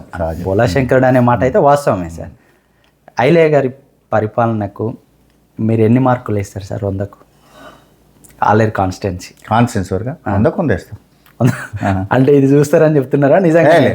నేను నాకు ఒక్కటి గుర్తుపెట్టుకో సార్, నా అభిప్రాయం, నేను నా మెంటాలిటీ చెప్తున్నా. సార్ నాకు నచ్చకపోతే నేను పోను ఎవరి దగ్గరికైనా సరే. సార్ మిమ్మల్ని బాగా గౌరవిస్తాడు సార్. నాకు నచ్చకపోతే నేను పోను, నాతో నేను దూరం ఉంటా సార్. నేను చెప్పాను కదా నీకు, అవును సార్. భిక్షమే నాకు పంచాయతీ కాలే సార్. ఎప్పుడు మేము నేను ఒక మాట అనలే, ఆయన నన్ను ఒక మాట అనలే. సార్ నా అంతలో నేను దూరం ఉన్నా, అట్లే దూరం అయిపోయినాం. సార్ తర్వాత ఆయన దానికి అనుకూలంగా అట్లే చేసుకుని పోయాం, అట్లే దూరం అయినాం అంతే. సార్ అదే అదే ఇక మీకు అది గ్యాప్ వచ్చేసి అట్లే గ్యాప్లే అట్లే అదే గ్యాప్ వెళ్ళిపోయింది. సార్ మళ్ళీ మీరు కాంగ్రెస్లో ఉంటున్న టైంలో ఆలర్ మీద కొంత కాన్సన్ట్రేషన్ చేశారు. సరే అవకాశం వస్తే సరే పార్టీ అటు అవకాశం ఇస్తే చేద్దాం అనుకున్నారు. ఈ డీసీసీ అధ్యక్షుడిగా ఎట్లా వచ్చింది సార్ అవకాశము? డీసీసీ అప్పుడు మనలు ఇప్పుడు ఐలయ్య గారు కానీ అందరు సపోర్ట్ చేసారు టోటల్గా నాకు. ఎందుకంటే అనిల్ గారు వెళ్ళిపోయిన తర్వాత ఎవరు లేరు, గ్యాప్ ఉంది. దాన్ని ఒక పెద్ద మనిషి కావాలి, అందరినీ కలుపుకొని పోయే వాళ్ళు కావాలి సార్. దాన్ని ఇది చేస్తే అంతకుముందు కూడా నన్ను అడగడం జరిగింది వెంకరెడ్డి గారు. ఎందుకో నాకు అప్పుడు ఇష్టం లేక నేను చేయనని చెప్పిన. ఏది అనిల్ అయ్యేటప్పుడు కూడా అడిగిండు సార్. అయితే నాకు అవసరం నేను చేయ అని చెప్పిన. ఎందుకు ఎమ్మెల్యే మీద ఉండే అది దాని మీద ఉంది. తర్వాత ఇంకోటి ఏంటంటే ఇన్నేళ్ళ నుంచి వెళ్ళి చేసుకుంటూ వచ్చిన సార్. ఇక అన్నీ నా జేబులు ఉన్నటువంటి కూడా పోయినాయి. నాకు ఇంతే ఉందేమో, భగవంతుడు నాకు ఇంతే రాసిండేమో అనుకొని సార్. ఇక ఇప్పుడు ఒకప్పుడు నేను బాగా డబ్బులు ఉన్నాను అప్పటి పరిస్థితులు. సార్ ఇప్పటి పరిస్థితుల్లో ఒకవేళ ఇచ్చినా కూడా పెట్టుకునే స్థాయి లేదు. 50 కోట్లు 60 కోట్లు అంటారు ఇప్పుడు, ఏమో మనకు తెలియదు. అంత మనం అంత పెట్టే స్తోమత కూడా లేదు, అంత పెట్టే అంత ఇది కూడా లేదు. ఎందుకు మనకు ఇది అంత అయ్యింది కానీ నేను వద్దన్నా. తర్వాత సరే అందరు కలిసి చెప్పినాక నేను అందరూ ఇప్పుడు మధుసూదన్ రెడ్డి గారు కానీ ఇదే ఐలయ్య గారు కానీ మేము అందరం ఉన్నాం, నీకేమి ఇది కాదు, నువ్వేం పెద్ద బాధపడాల్సిన అవసరం లేదంటే అప్పుడు నా బలవంతంగా సంజయ్ రెడ్డి, మన ఎల్ఎంలో సంజయ్ రెడ్డి గారు వీళ్ళంతా కలిసి ఢిల్లీకి పోయి ఈ వెంకన్న దగ్గర అడిగి, నేను ముందు పోలే, నేను కొద్దిగా వెనక నిలబడ్డా. సార్ ఆయన ఉన్నా అంటుండు, ఆయన అప్పుడే ఉన్నా అన్నాడు, మళ్ళీ ఎందుకుంటాడు అన్నాడు ఆయన. వెంకరెడ్డి గారు ఢిల్లీలో అన్నాక లేదు ఆయన ఉంటా అన్నాడు. సార్ వచ్చిండని అప్పుడు పిలిచినాక ఏందా సంజయ్ ఉంటావా అంటే ఏమి అందరూ ఉంటుంది అన్నాక ఆయన చేయడం జరిగింది. సార్ అప్పుడు వెంబడే ఆయన చెప్పడం వల్ల పిసిసి ప్రెసిడెంట్ మన రేవంత్ రెడ్డి గారిని కలిసినాం. సార్ ఆనే ఉండే కాబట్టి కలిసినాక సరే అయిపోయింది, అది జస్ట్ అంతే. ఏంది 2 years ఉన్నారా సార్? 2 years 2.5 years nearly. మీ హయాంలో 5 ఎమ్మెల్యేలు ఎలక్షన్స్లో అందరు గెలిచారు. 5 ఎమ్మెల్యేలు అంటే 5 టచ్ ఉంటారు మాకు సార్. ఒక మండలం నాకరికల్లా ఒకటే మండలం వస్తుంది సార్. ఇక మిగతా దాంట్లో కొద్దిగా ప్రమేయం ఉంటుంది, ఎందుకంటే ఈ 2 ఫుల్ ఉంటాయి. మొట్కూరు అడగుడూరు ఈడ వస్తుంది, ఇక్కడనేమో నా 50% ఉంటుంది ఏది మునుగోడులో సార్. ఎందుకంటే ఓట్స్ పర్సంటేజ్ చూస్తే 50% ఉంటుంది సార్. అయితే ఒకటి సార్, ఇప్పుడు దాదాపు 2.5 years మీరు 2 years ఉన్నారంటే ఆల్మోస్ట్ ఈ గవర్నమెంట్లో సగం ఉన్నారు మీరు. మొన్నటి వరకు మీరే. కాంగ్రెస్ ప్రభుత్వ పనితీరును ఎట్లా చూస్తారు సార్ ఒక డీసీసీ అధ్యక్షునిగా, సీనియర్ రాజకీయ నాయకుడిగా? ఇప్పుడు ఉన్న పరిస్థితిలో సార్ ఆర్థికంగా కొంచెం బాగా వెనుకబడి ఉంది రాష్ట్రం సార్. సరే అప్పులు ఎక్కువైనాయి, దాని పరిస్థితిని బట్టే ఏ గవర్నమెంట్ అయినా ఏ ఫ్యామిలీ అయినా సీఎం అయినా ఇంటి పెద్ద అయినా అంతే ఉంటుంది. అంతే పరిస్థితిని బట్టి చేయాల్సి వస్తుంది. ఇప్పుడు మనకు అందరికీ ఉంటుంది రైతు భరోసా ఇవ్వాలని ఉంటుంది సార్, కానీ దాన్ని ఒకేసారి ఇవ్వడం ఇబ్బందిగా కావడం వల్ల కూడా కొంత లేట్ చేయడం జరుగుతుంది సార్. ఒకదాని తర్వాత ఒకటి చేసుకుంటూ పోతున్నారు, నో డౌట్ అట్లా ఏం లేదు, బాగానే చేస్తున్నారు. కాకపోతే ఏంటంటే కొన్ని ఇబ్బందుల వల్ల, ఇదే ఆర్థిక ఇబ్బందుల వల్ల కొంచెం వెనకకు ముందుకు కావడం జరుగుతుంది. అవన్నీ సమకూర్చుకొని ఇవ్వాల్సిందే, కానీ ఎమ్మడే టక్కున మనకు జేబులో డబ్బులు ఉంటే ఇవ్వడం వేరుంటుంది, మనం సంపాదించుకొని ఇవ్వడం వేరుంటుంది. కానీ ఎలక్షన్ ముందు హామీలప్పుడు కూడా తెలుసుగా సార్, తెలుసుకొని ఈ పరిస్థితి ఇంత ఉందని ఎవరు అనుకోరు సార్. ఇప్పుడు వాళ్ళు ఎమ్మెల్యే వెళ్ళినప్పుడు వాళ్ళకు తెలుసు ఎవరైనా ఏ పార్టీ అయినా సార్ ప్రజలకు చేయాలనే ఉంటుంది. ఏ పార్టీకి ప్రజలను మోసం చేసి ఏదో చేసి చేయాలనే ఉండదు సార్. సరే కొంతమందికి వ్యక్తిగతంగా వాళ్ళు సంపాదించుకోవాలి, మేము బలపడాలి. ఇప్పుడు ఒక చిన్న ఉదాహరణ, కాంగ్రెస్ పార్టీ అనేది నేషనల్ పార్టీ సార్, దానికి ఒక్కడే బాస్ ఉన్నాడు. ఇక్కడ ఎవ్వరు సీఎం ఉన్నా మంత్రి ఉన్నా ఒక్క మంత్రి తింటే ఇంకో మంత్రి ఊకోడు ఎమ్మడే వేరే ప్రతిపక్షం అవసరం లేదు కాంగ్రెస్ పార్టీ. వీళ్ళే చాలు. వీళ్ళే ఇది చేస్తారు. సార్ ఎమ్మడే వీళ్ళు తీసుకుపోయి సీఎం మీదైనా కంప్లైంట్ చేస్తారు, మంత్రి మీదైనా కంప్లైంట్ చేస్తారు. ఆడ కూడా మాకు బాస్ అక్కడ ఉంటాడు. కాబట్టి వాళ్ళకి ఇదంతా అవసరం ఉండదు. ఎవడు కరెక్ట్ చేస్తాడు, ఎవడు పార్టీని డెవలప్ చేస్తాడు, ఎవడు వాళ్ళ పార్టీ నాశనం అవుతుంది లేకుంటే పార్టీ డెవలప్ అవుతుందో చూసి చేస్తారు వాళ్ళు. కాంగ్రెస్ ఇక్కడ గవర్నమెంట్ వస్తేందుకు ప్రధాన కారణం 6 గ్యారంటీలు సార్. 6 గ్యారంటీల అమలును ఎట్లా చూస్తారు మీరు? ఎంతవరకు 6 గ్యారంటీల అమలును ఇప్పుడు 6 గ్యారంటీలు ఇచ్చిర్రు, దాంట్లో మేజర్గా మనం చేస్తున్నారు. ఎక్కడ చేస్తున్నారు సార్? ఏం చేయట్లేదు చెప్పండి. ఇప్పుడు తులం బంగారం ఎంతమందికి? తులం బంగారం ఒక్క నిమిషం. తులం బంగారం కొన్ని 2500 మహిళలకు ఇవ్వలేదు. నేను చెప్పేది 4000 పెన్షన్ ఇవ్వలేదు. చెప్పేదేనండి, ఆచరణ సాధ్యం కానీ కొన్ని ఉన్నాయి, నో డౌట్ లేదంటలేను. ఇప్పుడు అట్లా అనుకుంటే బీఆర్ఎస్ ఎంతవరకు ఇచ్చింది? ఇవ్వలేదు. వాళ్ళు కూడా మోసం 3 ఎకరాలు ఇస్తామన్నారు, ఇవ్వలేదు.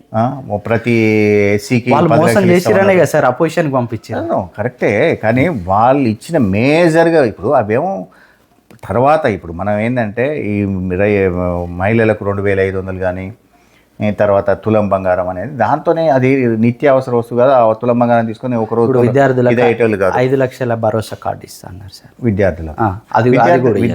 విద్యార్థులకు ఫీజు రియంబర్స్మెంట్ కూడా అప్పుడు ఉన్న 5 లక్షల భరోసా కార్డు అనేది భరోసా కార్డు తర్వాత కానీ తర్వాత ఇవో చాలా వస్తాయి, కొన్ని చిన్నవి ఉంటాయి సార్. కొన్ని మనం అన్నింటిని పట్టించుకోవాలంటే కాదు. ఇప్పుడు మన ఇంట్లో కూడా మనం కూడా పిల్లలకి ఎన్నో చెప్తాం సార్. సరే సార్, 6 గ్యారంటీలు అది ఇదంతా ఒక ఎత్తు అయితే రైతు భరోసాది ఇప్పటికే ఒక కారు ఇవ్వలేదు సార్. ఇప్పుడు ఇస్తారు, నెక్స్ట్ ఇస్తారు, ఇప్పుడు వస్తుంది. ఇప్పుడు దానికి నేనే చెప్పేది కదా, మీరు అర్థం చేసుకుంది ఏంటంటే ఎట్లా వస్తుంటే అట్లా ఇస్తున్నారు. అంటే సార్ దాని ఉద్దేశము ఏది ఇంపార్టెంట్ రైతుకు పెట్టుబడి సాయమే కాదు, వెనుక ముందైనా ఇస్తారు. ఇంకోటి ఇప్పుడు 2 లక్షల రూపాయలు రుణమాఫీ అన్నారు సార్. రుణమాఫీ వాళ్ళు ₹1,00,000 చెప్పి 4 సంవత్సరాలు కూడా పూర్తి చేయలేదు. అది మిట్టికే సరిపోయింది ఇచ్చింది కూడా. కానీ ఈసారి అయితే ఒకసారి ఇచ్చారు కదా. ఇప్పుడు ఎట్లా ఉందంటే పరిస్థితి అయితే అది సార్ దాంట్లో ఒప్పుకుంటాను సార్ మీరు అన్నది పూర్తిను సార్. ఎట్లా ఉందంటే పరిస్థితి 85% ఇచ్చారు సార్. ఒక 15% ఇవ్వకపోతే అది బదనాం. 15% ఇయ్యనోడేమో బదనాం చేస్తుండు, 85% వచ్చినోడు కాము కూర్చుంటాడు. కానీ ఇది మీరు చెప్పింది వాస్తవం సార్. 70 to 80% చేసినారు, కానీ అది చేసింది కాంగ్రెస్ ఖాతాలు వేసుకోవడంలో విఫలమయ్యారు సార్. ఇప్పుడు ఏంటంటే నేషనల్ పార్టీకి ప్రాంతీయ పార్టీకి ఒక తేడా ఉంటుంది సార్. నేషనల్ పార్టీ ఏమో నీది కాదు నాది కాదు మనది అనుకుంటాం సార్. ప్రాంతీయ పార్టీ ఏముంటుంది, వాళ్ళ ఎస్టేట్ లాగా, వాళ్ళ సొంత పార్టీ లాగా, వాళ్ళ సొంత ఆస్తి లాగా ఉంటుంది. ఇప్పుడు కేసీఆర్కి ఆయన ఫ్యామిలీ వాళ్ళదే కదా సార్. అందుకోసం కదా ఈ గొడవలు అనేవి. ఇప్పుడు నువ్వు ఇంత సంపాదించుకున్నావు, నువ్వు ఇంత సంపాదించుకున్నావు, ఎందుకు అవుతున్నాయి సార్? ఎక్కువ తక్కువ సంపాదించుకున్న దాంట్లోనే వస్తున్నాయి పంచాయతీలు, లేకుంటే వేరే లేవు. కాంగ్రెస్ పార్టీలో ఎవరైనా సంపాదించని ఒక రోజు సంపాదిస్తే తెల్లారే వాడిని జెండా ఎక్కిస్తారు. వేరే వాళ్ళు అవసరం లేదు, మా వాళ్ళే ఎక్కిస్తారు. మంత్రులు మొత్తం మా వాళ్ళే ఎక్కిస్తారు. వేరే వాళ్ళు అంటున్నారు కదా సార్. కొండా సురేఖ, పొంగులేటి శ్రీనివాసరెడ్డి కోట్ల రూపాయల డీలింగ్స్తోని కమిషన్లు అంటే కదా సార్ 30%. అది ఎవడు 30% కమిషన్ ఇస్తారా? నువ్వే చెప్పుకొని ఇస్తారా అంటున్నారు కదా సార్. ఇక అనుకోవడానికి చెప్పడానికి చాలా ఉంటుంది తేడా. సరే, అపోజిషన్ వాళ్ళు ఎవరు అధికారంలో ఉన్నా అపోజిషన్ వాళ్ళు వాడు ఎంత మంచి చేసినా నువ్వు తిన్నావంటారు సార్. కాబట్టి కాంగ్రెస్ పార్టీలో అటువంటి నడుబై ఇది నేషనల్ పార్టీ. ఒకవేళ నిజంగానే అతను తినడం 2 నిమిషాలలో ఆయన తీసి అవతల పడేస్తారు, పక్క పడేస్తారు. ఇక్కడ నడవదు. అదేమో ఆయన సొంత పార్టీ. అక్కడ కూడా వాళ్ళకి నడిచింది తప్ప మిగతా వాళ్ళకి ఎందుకు నడుస్తుంది? నాకు ఫ్యామిలీ వరకు నడుస్తుంది, వాళ్ళకి దగ్గర ఉన్న వాళ్ళకి నడుస్తుంది. మీరు జిల్లాకు బాస్గా ఉన్న ఈ టైంలో మీ సొంత మండలం గుండాల కాంగ్రెస్ పార్టీ పరిస్థితి ఏంటి సార్? ఇప్పుడు కాంగ్రెస్ పార్టీ గుండాలు ఎప్పుడైనా బలంగా ఉంటుంది. సరే, ఇప్పుడు సర్పంచ్ని ఇప్పుడు 10 స్థానాలు ఓడిపోయారు. అవి చిన్నవి చూసినాం, మేము అన్ని బేరీజ్ చేసుకున్నాం సార్. మాకు 3 ఎంపీటీసీలలో మాకు కొంచెం ప్రాబ్లం వచ్చింది సార్. అందులో కూడా మాకు ఎందుకంటే అధికారంలో ఉన్న పార్టీకి కొంచెం ఇది ఉంటుంది, ఎందుకంటే ప్రతి ఒక్కరికి ఏదో సీటు కావాలని ఉంటుంది. అవును సార్. ఒక్కొక్క సీటుకు 4 పోటీ పడ్డారు సార్. ఇప్పుడు ఈ ఉదాహరణకు నీకు తెలుసు, మీ ఊరే చెప్తా. మీ ఊళ్ళో కాంగ్రెస్ బలంగా ఉందా లేదా? ఉంటుంది. మరి ఎందుకు ఓడిపోయింది? దాంట్లోనే అంతే కదా. ఇది వ్యక్తిగతమైన విషయాలు ఉంటాయి. ఏది మన సర్పంచ్ల వరకు వస్తే సార్ పార్టీ సింబల్ ఉన్నది కాదు ఇది. అవును, పార్టీ సింబల్ ఉంటే వేరుంటుంది సార్. అది ఒక్కడికే ఉంటుంది. రాబోయే ఎంపీపీ జెడ్పీటీసీ ఎలక్షన్లలో గుండాల ఎట్లా ఉంటుంది అంటారు సార్ పరిస్థితి? ఇప్పుడు ఒక్కటి గుర్తుపెట్టుకోండి మీరు సార్, పోయిన ఎలక్షన్స్లో నేను లేను, నేను మోత్కూరు పోవడం జరిగింది. అవును సరే, అది వేరే విషయం. తర్వాత మేము ఎంపీటీసీ టోటల్ ఓట్లు చూస్తే కూడా కాంగ్రెస్ ఎక్కువ ఉంది. సార్ టోటల్ ఓట్లలో 300 ఎంత ఎక్కువ ఉంది. తర్వాత జెడ్పీటీసీ క్యాండిడేట్ మీకు తెలుసు, అవును. కనీసం ఏది వీటిని ఏమంటారు, మన పాంప్లెంట్స్ ఆర్డర్ ఇచ్చి తెచ్చుకోలే. కానీ పోయినసారి ఒకటి బాగా ఉంది సార్, కోల్కొండ యాదగిరి అన్న టీఆర్ఎస్లో ఉన్నప్పటికీ ఆయన ఆత్మీయులంతా కాంగ్రెస్ ఉన్నారు, వాళ్ళు అట్నుంచి వెళ్ళి నాకు సపోర్ట్ చేసిరు అనేది ఒక. సరే అది ఏం చేసిరో తెలియదు నాకు, నేను లేను కాబట్టి. సరే 1-2 సార్లు మధ్యన వచ్చి ప్రచారం చేసిపోయినా. అవును, మీరు అక్కడ ఉన్నారు, నేను మోత్కూరులో ఉన్నా కాబట్టి నాకు అంత ఐడియా లేదు. సరే కొంత జరిగింది సార్. ఒక ఎంపీటీసీ పెట్టుకోలేకపోవడం ఒకటి మా వాళ్ళ తప్పు. అవును, అది ఉంటే కంపల్సరీ జెడ్పీటీసీ గెలుసు. తర్వాత జెడ్పీటీసీ పైసలు లేకుండా ఉత్తర నిలబడి ఆయన బయటికి రాకపోవడం తప్పు. బయటికి తిరగలే. అవును, ఆయనకు సపోర్ట్ చేసిన వాళ్ళు కూడా లేరు. ఏమడి తిరిగి అరే లేకపోయినా తిరుగు అంటే అది బాగుండేది. ఇప్పుడు రాబోయే ఎలక్షన్లలో MPP ZPTC compulsory Congress party 2 స్థానాలు. రెండేంది, మేము 8 మండలాలలో కూడా గెలుస్తాము, జిల్లాలో కూడా గెలవడానికి ఆస్కారం ఉంది. ఓకే సార్, అంటే జిల్లా మీ పరిషత్ కూడా సొంత మండలం కాబట్టి నేను ఇన్నిసార్లు అడుగుతున్నా. ఓకే. రేపు ఒకవేళ అంటే మొన్న ఆల్రెడీ మీరే స్వయంగా చెప్పినారు అనేది ఒక మాట, ఈరసరపు యాదగిరి గౌడ్ బ్లాక్ కాంగ్రెస్ అధ్యక్షుడు, ఆయన గనక సీట్ ఇస్తే మీ సపోర్ట్ ఉంటుందా? ఎందుకుండదు, పార్టీలు ఎవరికి ఇచ్చినా ఉంటుంది. ఒకవేళ యాదగిరి గౌడ్ గారు బరిలో ఉంటే ఎట్లా ఉంటుంది సార్ పరిస్థితి? మీరు ఇప్పుడు ఎవరున్నా పార్టీ అభ్యర్థి, పార్టీ సింబల్ మీద ఎవరున్నా గెలిపిస్తారు. మీ ఆశీర్వాదం ఉంటుంది తప్పకుండా, ఎవరైనా సరే సార్. ఒక యాదగిరి అనే కాదు సార్, ఎవరున్నా చేస్తాం సార్. అధిష్టానం వరకు ఎవరు నిర్ణయించి పంపించినా సార్ తప్పకుండా చేస్తాం వాళ్ళకు. సార్, ఇప్పుడు జరుగుతున్న ఈ 10 రోజుల మున్సిపల్ ఎలక్షన్స్లలో కాంగ్రెస్ పర్ఫార్మెన్స్ ఎస్పెషల్లీ గుట్ట, ఆలేర్ల, మోత్కూరు, ఈ 3 ఇట్లా ఎట్లా ఉంటుంది అనుకుంటున్నారు? అసలు మోత్కూరులో అది ఏంటంటే నల్లేరు మీద నడక, ఈజీ గెలవాల్సింది, అది ఇనామస్ కావాల్సిన పరిస్థితి. సరే ఎందుకు మరి అంటే నేను చెప్పిన కదా, మా దాంట్లో ఏంటంటే బహు నాయకత్వం కూడా ఉంటుంది. సరే ఒకటి చెప్తే ఒకటి వినే పరిస్థితి కూడా ఉంటుంది కొంత. దానివల్ల కూడా కొంత ఇబ్బందులు అవుతున్నాయి. సరే వినిపించగలిగితే అదే పురుషోత్తమ లాంటి వాళ్ళు పెద్ద మనిషి ఉంటే బాగుండేది. సరే అది కొంచెం మాకు ఇబ్బంది అయినా కూడా ఏదేమైనా మోత్కూరు గెలుస్తాం, ఆలేరు గెలుస్తాం, గుట్ట కూడా. గుట్ట ఇక అసలు చెప్పాల్సిన అవసరం లేదు, గెలుస్తాం కంపల్సరీ.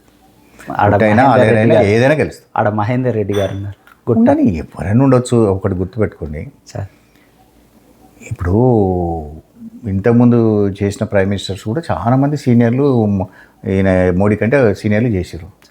వాళ్ళంతా పనికిరాని వల్ల అయినా కూడా ఒకప్పుడు ఒకసారి ఒకరిది నడుస్తుంది, ఒకసారి ఎవరు అధికారంలో ఉంటే వాళ్ళకి పవర్ ఉంటుంది. ఇప్పుడు నేనున్న నాకన్నా సీనియర్లు ఎవరు లేరు, అంతా జూనియర్లే, నా కింద పనిచేసిన వాళ్ళే. అంత మాత్రంతో ఇప్పుడు ఆయన ఎమ్మెల్యే కాకపోతే మీరు ఇప్పుడు కిరణ్ కుమార్ రెడ్డి ఉండు ఎంపీ కాదా, ఆయనకి ఎంపీకి ఉండే పవర్స్ ఉన్నాయా, ఎంపీకి ఉండే ఫండ్స్ రావా? సార్ ఒక్క మాట సార్, మీరు పురుషోత్తం రెడ్డి గారిని దగ్గరగా చూసిరు, మహేందర్ రెడ్డి గారితోనే ఉన్నారు, భిక్షమయ్య గౌడ్ వారిని చూసిరు, ఐలయ్య గారితో అతి దగ్గరగా చూస్తున్నారు. పొలిటికల్గా రాజకీయ వ్యూహం వేయడంలా ఇందులో ఎవరిని చాణక్యుడిగా చూస్తారు సార్ ఈ 4 ఇట్లలో? ఎవరి పాలసీ వాళ్ళది, ఎవరి ఆలోచన వాళ్ళకు ఉంటుంది సార్. ఒకప్పుడు కలిసి వస్తే మంచిదే సార్, కలిసి రాకపోతే బాగుండదు సార్. ఇప్పుడు మనకు ఏముంది, జనం ఏమనుకుంటారు, చిన్న ఉదాహరణ చెప్దాం.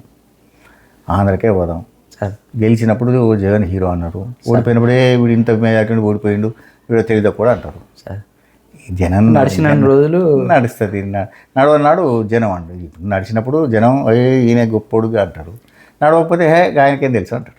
ఐలయ్య గారి పొలిటికల్ స్ట్రాటజీ ఎట్లా ఉంటుంది సార్? మీరు దగ్గర నుంచి చూస్తున్నారు కదా. స్ట్రాటజీ ఏముంది, ఎవరైనా ఒకటే. నేను చెప్పిన కదా నీకు సార్, ఒక్కొక్కరి పద్ధతి ఒక్కొక్క విధంగా ఉంటుంది సార్.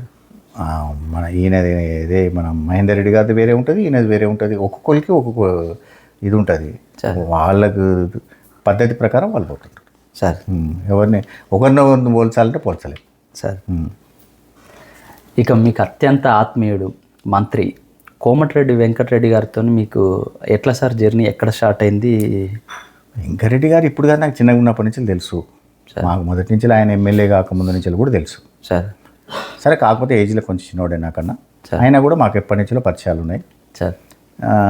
పురుషోత్తమ రెడ్డి గారు ఉన్నప్పుడు కూడా నాకు మంచి అనుభవం ఉంది ఆయనతోని సార్, అప్పటి నుంచి కూడా. సరే పురుషోత్తమ రెడ్డి గారు పోయిన తర్వాత మాకు గాడ్ ఫాదర్ అంటే లేకుండే సార్. తర్వాత మాకు ఇప్పుడు గాడ్ ఫాదర్ అంటే ఆయనే మీ godfather present Komatireddy brothers.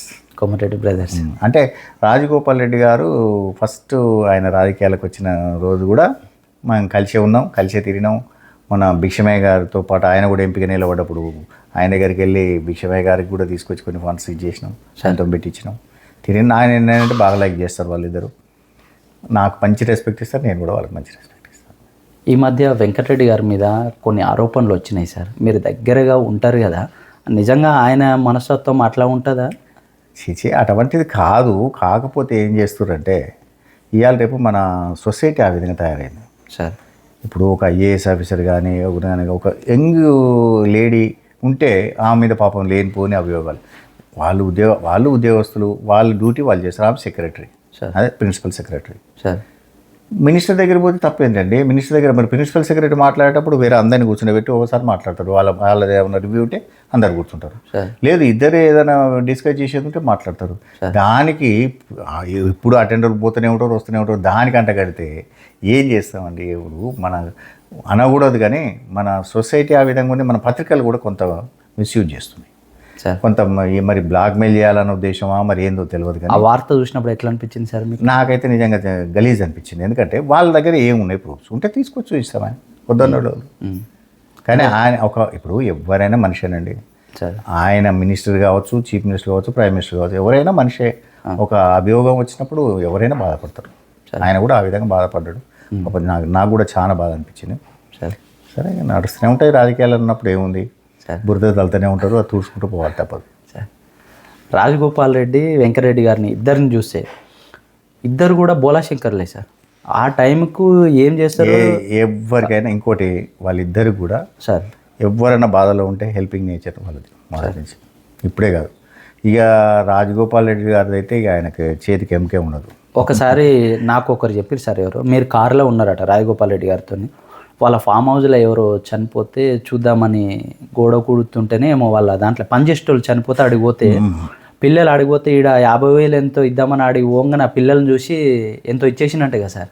అది కాదు, ఆయనది పెద్ద కాంట్రాక్టర్ ఆయన సార్.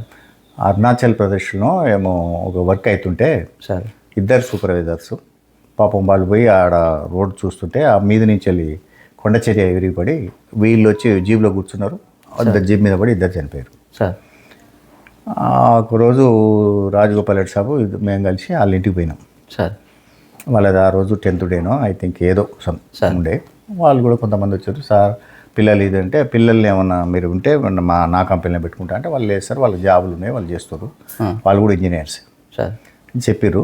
తర్వాత ఏదైనా కాంపన్సేషన్ అంటే నేను జనరల్గా ఏమనుకున్నా అంటే ప్రైవేట్ కంపెనీ కదా, అవును సార్, ఇవి 5 లక్షలు 10 లక్షలు ఇస్తారు అనుకున్నాను సార్. అంతలో ఆయనే సార్ సరి 50 లక్షలు ఇస్తా అని చెప్పేసి. సరి 50 లక్షలు 50 లక్షలు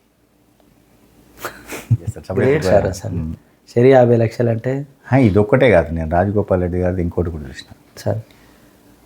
ఒకసారి మన దీని పేరు జనగామ యువతల ఆలేరు మధ్యన ఉంటుంది. అది మన ఇది మన హ్యాండ్ క్రాఫ్ట్స్ కూడా చాలా ఇది చూడండి, అది ఇవన్నీ తయారు చేస్తారు దేవుళ్ళ సంబంధించి అవి కూడా చేస్తారు. అది దాని గుర్తు నోట్లో ఉంది. ఇది మన జనగామ యువతల అదే సార్ చెన్నారెడ్డి గారని సార్, ఆయన ఎక్స్ సర్పంచ్, తర్వాత డిసిసి అంటే జిల్లా కోఆపరేటివ్ బ్యాంక్ అధ్యక్షుడు వరంగల్కు సార్. ఆయన చనిపోయాడు సార్. చనిపోతే అక్కడికి పోయినాం సార్. పోయిన తర్వాత అంతకుముందు 2-3 డేస్ బిఫోరు జనగామలో ఈనాడులోనే ఫ్రంట్ లైన్లో వేసిండు వాడు. ఏంటంటే ఒకటే చెట్టుకు ఇద్దరు భార్య భర్తలు ఉరి పెట్టుకొని చనిపోయారు సార్. వాళ్ళ పొలంలో సార్. ఆ ఊరు ఎంత దూరం ఉంటుంది వీడికి అని అడిగాను సార్. అడిగితే దగ్గరనే సార్ అని చెప్పారు. అంటే పోదాంపా అని అడిగిపోయాను సార్. ఆ నుంచి అక్కడికి వెళ్ళాను. మీరు కూడా ఉన్నారు? నేను అందరం ఉన్నాం, చాలా మంది ఉన్నాం. పోయిన తర్వాత ఆ ఫ్యామిలీ దగ్గర పోయిండు. 3 రోజుల క్రితమే పెళ్ళి అయింది. వాళ్ళ బిడ్డది పెళ్లి చేసాడు, చిన్న బిడ్డది. అప్పులైనవో ఏమో ఏ బాధ ఉండేనో ఇద్దరు పాపం ఉరి పెట్టుకోరు భార్య భర్తలు సార్. పోయిన తర్వాత వాళ్ళు చెప్పారు, సార్ అప్పులు అయినాయి అందుకోసం పెట్టుకుండు అది ఇది అని చెప్పారు. ఈ పిఏ కూడా ఉండి ఈయన ఎట్లాగో ఏదో ఒకటి పెద్ద చేస్తాడు సార్ అని 50,000 చెక్ రాసేది సార్ తీసుకోవాలని నాకు చెప్తుండు.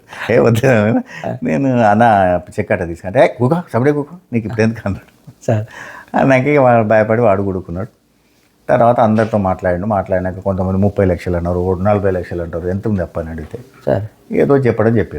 చెప్తే తర్వాత ఒక పెద్ద మనిషి వచ్చి, లేదు సార్ అదంతా తప్పు, సార్ మొత్తం 15 లక్షల నుండి 18 లక్షల మధ్యనే ఉంటుంది అన్నాక రాజగోపాల్ రెడ్డి సాబ్ ఉండి ఏమన్నాడంటే, ఎవరు అప్పించిన వాళ్ళు అని అడిగాడు. సార్ బాగున్నోళ్ళు వాళ్ళు అంటే, లేదు వాళ్ళు కూడా భూములు అమ్ముకుంటే ఏదో ఇక వాటి మీద బతకాలనే ఉద్దేశంతో ఇచ్చారంటే వాళ్ళని పిలిపించాడు. ఆ పెద్ద మనిషిని చెప్పిండు, నువ్వు కరెక్ట్గా చెప్పు అంటే చెప్తాను. అంత చెప్పి చూస్తే 15 లక్షల చిల్లర తొలిని వాళ్ళని కూడా పిలిచి మీకు మిత్తియ్య అసలు ఇస్తా అంటే వాళ్ళు దానికి సంతోషంగా ఒప్పుకోరు. ఎందుకంటే వస్తాయో రావు అనుకుంటున్నారు, ఆయన చచ్చిపోయారు కదా, ఏం వస్తాయో రావు అన్న తర్వాత వాళ్ళని తీసుకొచ్చి 15 లక్షల రూపాయలు వాళ్ళకి ఇచ్చేసి పంపించారు. ఏమంటే ఆయన ఓడిపోయిండు, ఆయనకు సంబంధం లేదు, ఆ కాన్స్టిట్యూన్సీతో ఇది లేదు సార్. ఆయన ఎంపీ ఓడిపోయిండు సార్ అప్పటికే చాలా రోజుల క్రితం. ఇప్పుడు కూడా సార్ కాన్స్టిట్యున్సీలో గవర్నమెంట్ ఫండ్ కంటే ఆయన ఫండే ఎక్కువ పెడుతుంది ప్రతిరోజు. ఇంకా రాజగోపాల్ రెడ్డి లాంటి వాళ్ళు మనకు నిజంగా కూడా సార్ ఆ ఎమ్మెల్యే మా ఎన్నోసార్లు నేను కోరిన ఆలే రమ్మని, సార్ రాలే. కానీ ఆ కాన్స్టిట్యున్సీ ప్రజలే అదృష్టవంతులు, ఏ కాన్స్టిట్యున్సీ ఉంటే ఆ కాన్స్టిట్యున్సీ. నాకు కూడా నచ్చిన లీడర్లలో రాజగోపాల్ రెడ్డి గారు ఒకరు సార్. కరెక్ట్, అటువంటి లీడర్ అసలు దొరకడు మనకు సార్. సార్ వెంకటరెడ్డి గారు కూడా ఎంతోమందికి ఎంబీబీఎస్ చేయిస్తున్నాడు, ఆయనకున్న డబ్బులలో ఎంతోమందిని ఆదుకుంటుండు, ఇది చేస్తుండు. సరే ఆ కుటుంబమే అటువంటి కుటుంబమే అనిపిస్తుంది. ఎందుకంటే ఎంతోమంది కోటీశ్వరులు మనం భారతదేశంలో ఎంతోమంది ఉన్నారు, కానీ ఉన్న ప్రతి ఒక్కడు ఖర్చు పెట్టాలని లేదు, దాన ధర్మాలు చేయాలని లేదు సార్. ఇప్పుడు రాబోయే జెడ్పీ ఎలక్షన్లలో సార్, జెడ్పీ చైర్మన్ కనుక జనరల్ వస్తే మళ్ళీ సంజీవ్ రెడ్డి గారు బరిలో ఉంటారా జెడ్పీటీసీగా? వేరే దగ్గర అవకాశం ఉంటే అవకాశం ఇస్తే ఉంటా తప్పకుండా సార్. ఒకవేళ అధిష్టాన వర్గం సీఎం గారో మంత్రి గారో వీళ్ళు గారు నేను ఉండమంటే ఉంటా తప్పకుండా సార్, వద్దంటే ఊకుంటా. ఇన్ని రోజులు కూడా అదే చేసిన, నేను ఎప్పుడు పార్టీకి వ్యతిరేకంగా పోలే. ఒకవేళ రిజర్వేషన్ కలిసి రాకపోతే ఈ లోపైనా తర్వాత అయినా కార్పొరేషన్ కావాలని మీరు ఎవరినన్నా? నేను ఇంతవరకు కావాలని అనడం ప్రతి ఒక్కరికి ఉంటుంది, ఎవరికైనా ఉంటుంది, నాకైనా ఉంటుంది. కాకపోతే ఏంటంటే నేను ఎవరి దగ్గర పోయి బతిలాడడం కానీ, నాకు ఇవ్వని అడగడం కానీ, నా పర్ఫార్మెన్స్ చూసి ఈయన పని చేస్తాడు, పార్టీకి పనికి వస్తాడు అనుకుంటే ఇస్తారు, లేకుంటే ఇయ్యాడు. ఇప్పుడు మిమ్మల్ని అభిమానించేట వాళ్ళు అందరూ అనుకునే మాట ఇదే సార్, మీరు అడగొచ్చు కదా సార్ పోయి సీఎం గారిని. నా మెంటాలిటీ ఒకటి. నాకు వెంకటరెడ్డి గారు మీకు అత్యంత కరెక్టే, పోయి అడగొచ్చు కదా. నేను వేరే వాళ్ళ గురించి ఎవరి గురించి ఆయన అడుగుతా కొట్లాడతా, కానీ నా గురించి నేను అనుకోలేదు. ఎందుకు సార్? మీరు నా వీక్నెస్, మీరు ఇంత సీనియర్, నా వీక్నెస్ నాకు ఇవాళ వచ్చింది కాదు, అది మొదటి నుంచి వచ్చింది. మిమ్మల్ని నా గురించి ఇంతవరకు పురుషోత్తమ రెడ్డిని అడగలే. మిమ్మల్ని ప్రేమించేటోళ్ళు నాతో 100 మంది అన్నారు సార్. సంజీవ్ రెడ్డి సార్ పోయి అడగొచ్చు కదా ఒక్క మాట. నా వీక్నెస్, నేనేం చేయను, అది నా వీక్నెస్. నేను వేరే వాళ్ళ గురించి కొట్లాడతా, ఎందుకు ఇస్తలేవు అని అడుగుతా, కానీ నా గురించి నేను అడగలేను. మీరు గుర్తించాలి నన్ను, అంతే తప్ప నేనేం చేయలేదు. ఇప్పుడు మీరు ఎవరినైతే గెలుపు కోసం కృషి చేసిరో, ఇప్పుడు మన ఎమ్మెల్యే గారు ఉన్నారు, ఎమ్మెల్యే గారు మీకోసం మాట్లాడాలి, పోయి మంత్రి ఆయన మాట్లాడాలి, మంత్రి గారు మాట్లాడాలి, ఎవరైనా వాళ్ళు మాట్లాడితే నేను సార్ ఏమో ఇది లేదు. కాదు అధిష్టాన వర్గం గుర్తిచ్చిస్తే తీసుకుంటా, లేకుంటే లేదు. నేను ఒకటే, బిఎన్ రెడ్డి గారు, చనిపోయిన బిఎన్ రెడ్డి గారు చెప్పేది సార్, నాకు ఇది ఉండేది, సంజయ్ రెడ్డి కోతికైనా గీత చక్క ఉండాలి అంటే అనేది ఆయన. అది వచ్చేది ఉంటే అంతే, అదే వస్తుంది అనుకుని, అంతే. లేదు రాదు అనుకుంటే మనం ఎన్ని ప్రయత్నాలు చేసినా రాదు సార్. అందుకోసమే నేను ఒకరిని బతలాడడం, లేకుంటే నాకు కాళ్ళు పట్టుకోవడం ఇష్టం లేదు. పట్టుకునే మొదటి నుంచి ఈవెన్ పురుషోత్తమ రెడ్డి గారి కాళ్ళు కూడా మొక్కలు ఎప్పుడు సార్. పెద్ద మనుషులు గౌరవిస్తాను, నాకు అంతవరకు ఇది ఉంది. కానీ ఏదో పౌదోల కోసం కాలు పట్టుకోమంటే పట్టుకోలేదు సార్. ఇక ఇది మన సీనియర్ పొలిటీషియన్ అండం సంజీవ్ రెడ్డి గారితో వారి పొలిటికల్ లైఫ్కి సంబంధించింది. వారి వెల్ విషర్స్గా చాలామంది నాతో కూడా చెప్పిన మాట. నేను ఈ ఇంటర్వ్యూ వేదికగా పెద్దలు వెంకరెడ్డి గారిని అడుగుతున్నాము, మా విప్పు బీర్ల ఐలయ్య గారిని అడుగుతున్నాము. వీరి తరపున మీరు కూడా సీఎం గారి దగ్గర కొట్లాడాలి. రాబోయే రోజుల్లో అండం సంజీవ్ రెడ్డి గారు మంచి స్థానంలో ఉండాలి, మంచి పదవిలో ఉండాలని మనస్ఫూర్తిగా కోరుకుంటూ, ఓ రకంగా ఆయన పొలిటికల్ బోలాశంకరుడు రాబోయే రోజుల్లో మంచి స్థానంలో ఉండాలని మనస్ఫూర్తిగా కోరుకుంటూ, ఇది మీ ముందుంచినటువంటి వారి పొలిటికల్ లైఫ్కి సంబంధించినటువంటి విశేషాలు. Thank you sir. Thank you.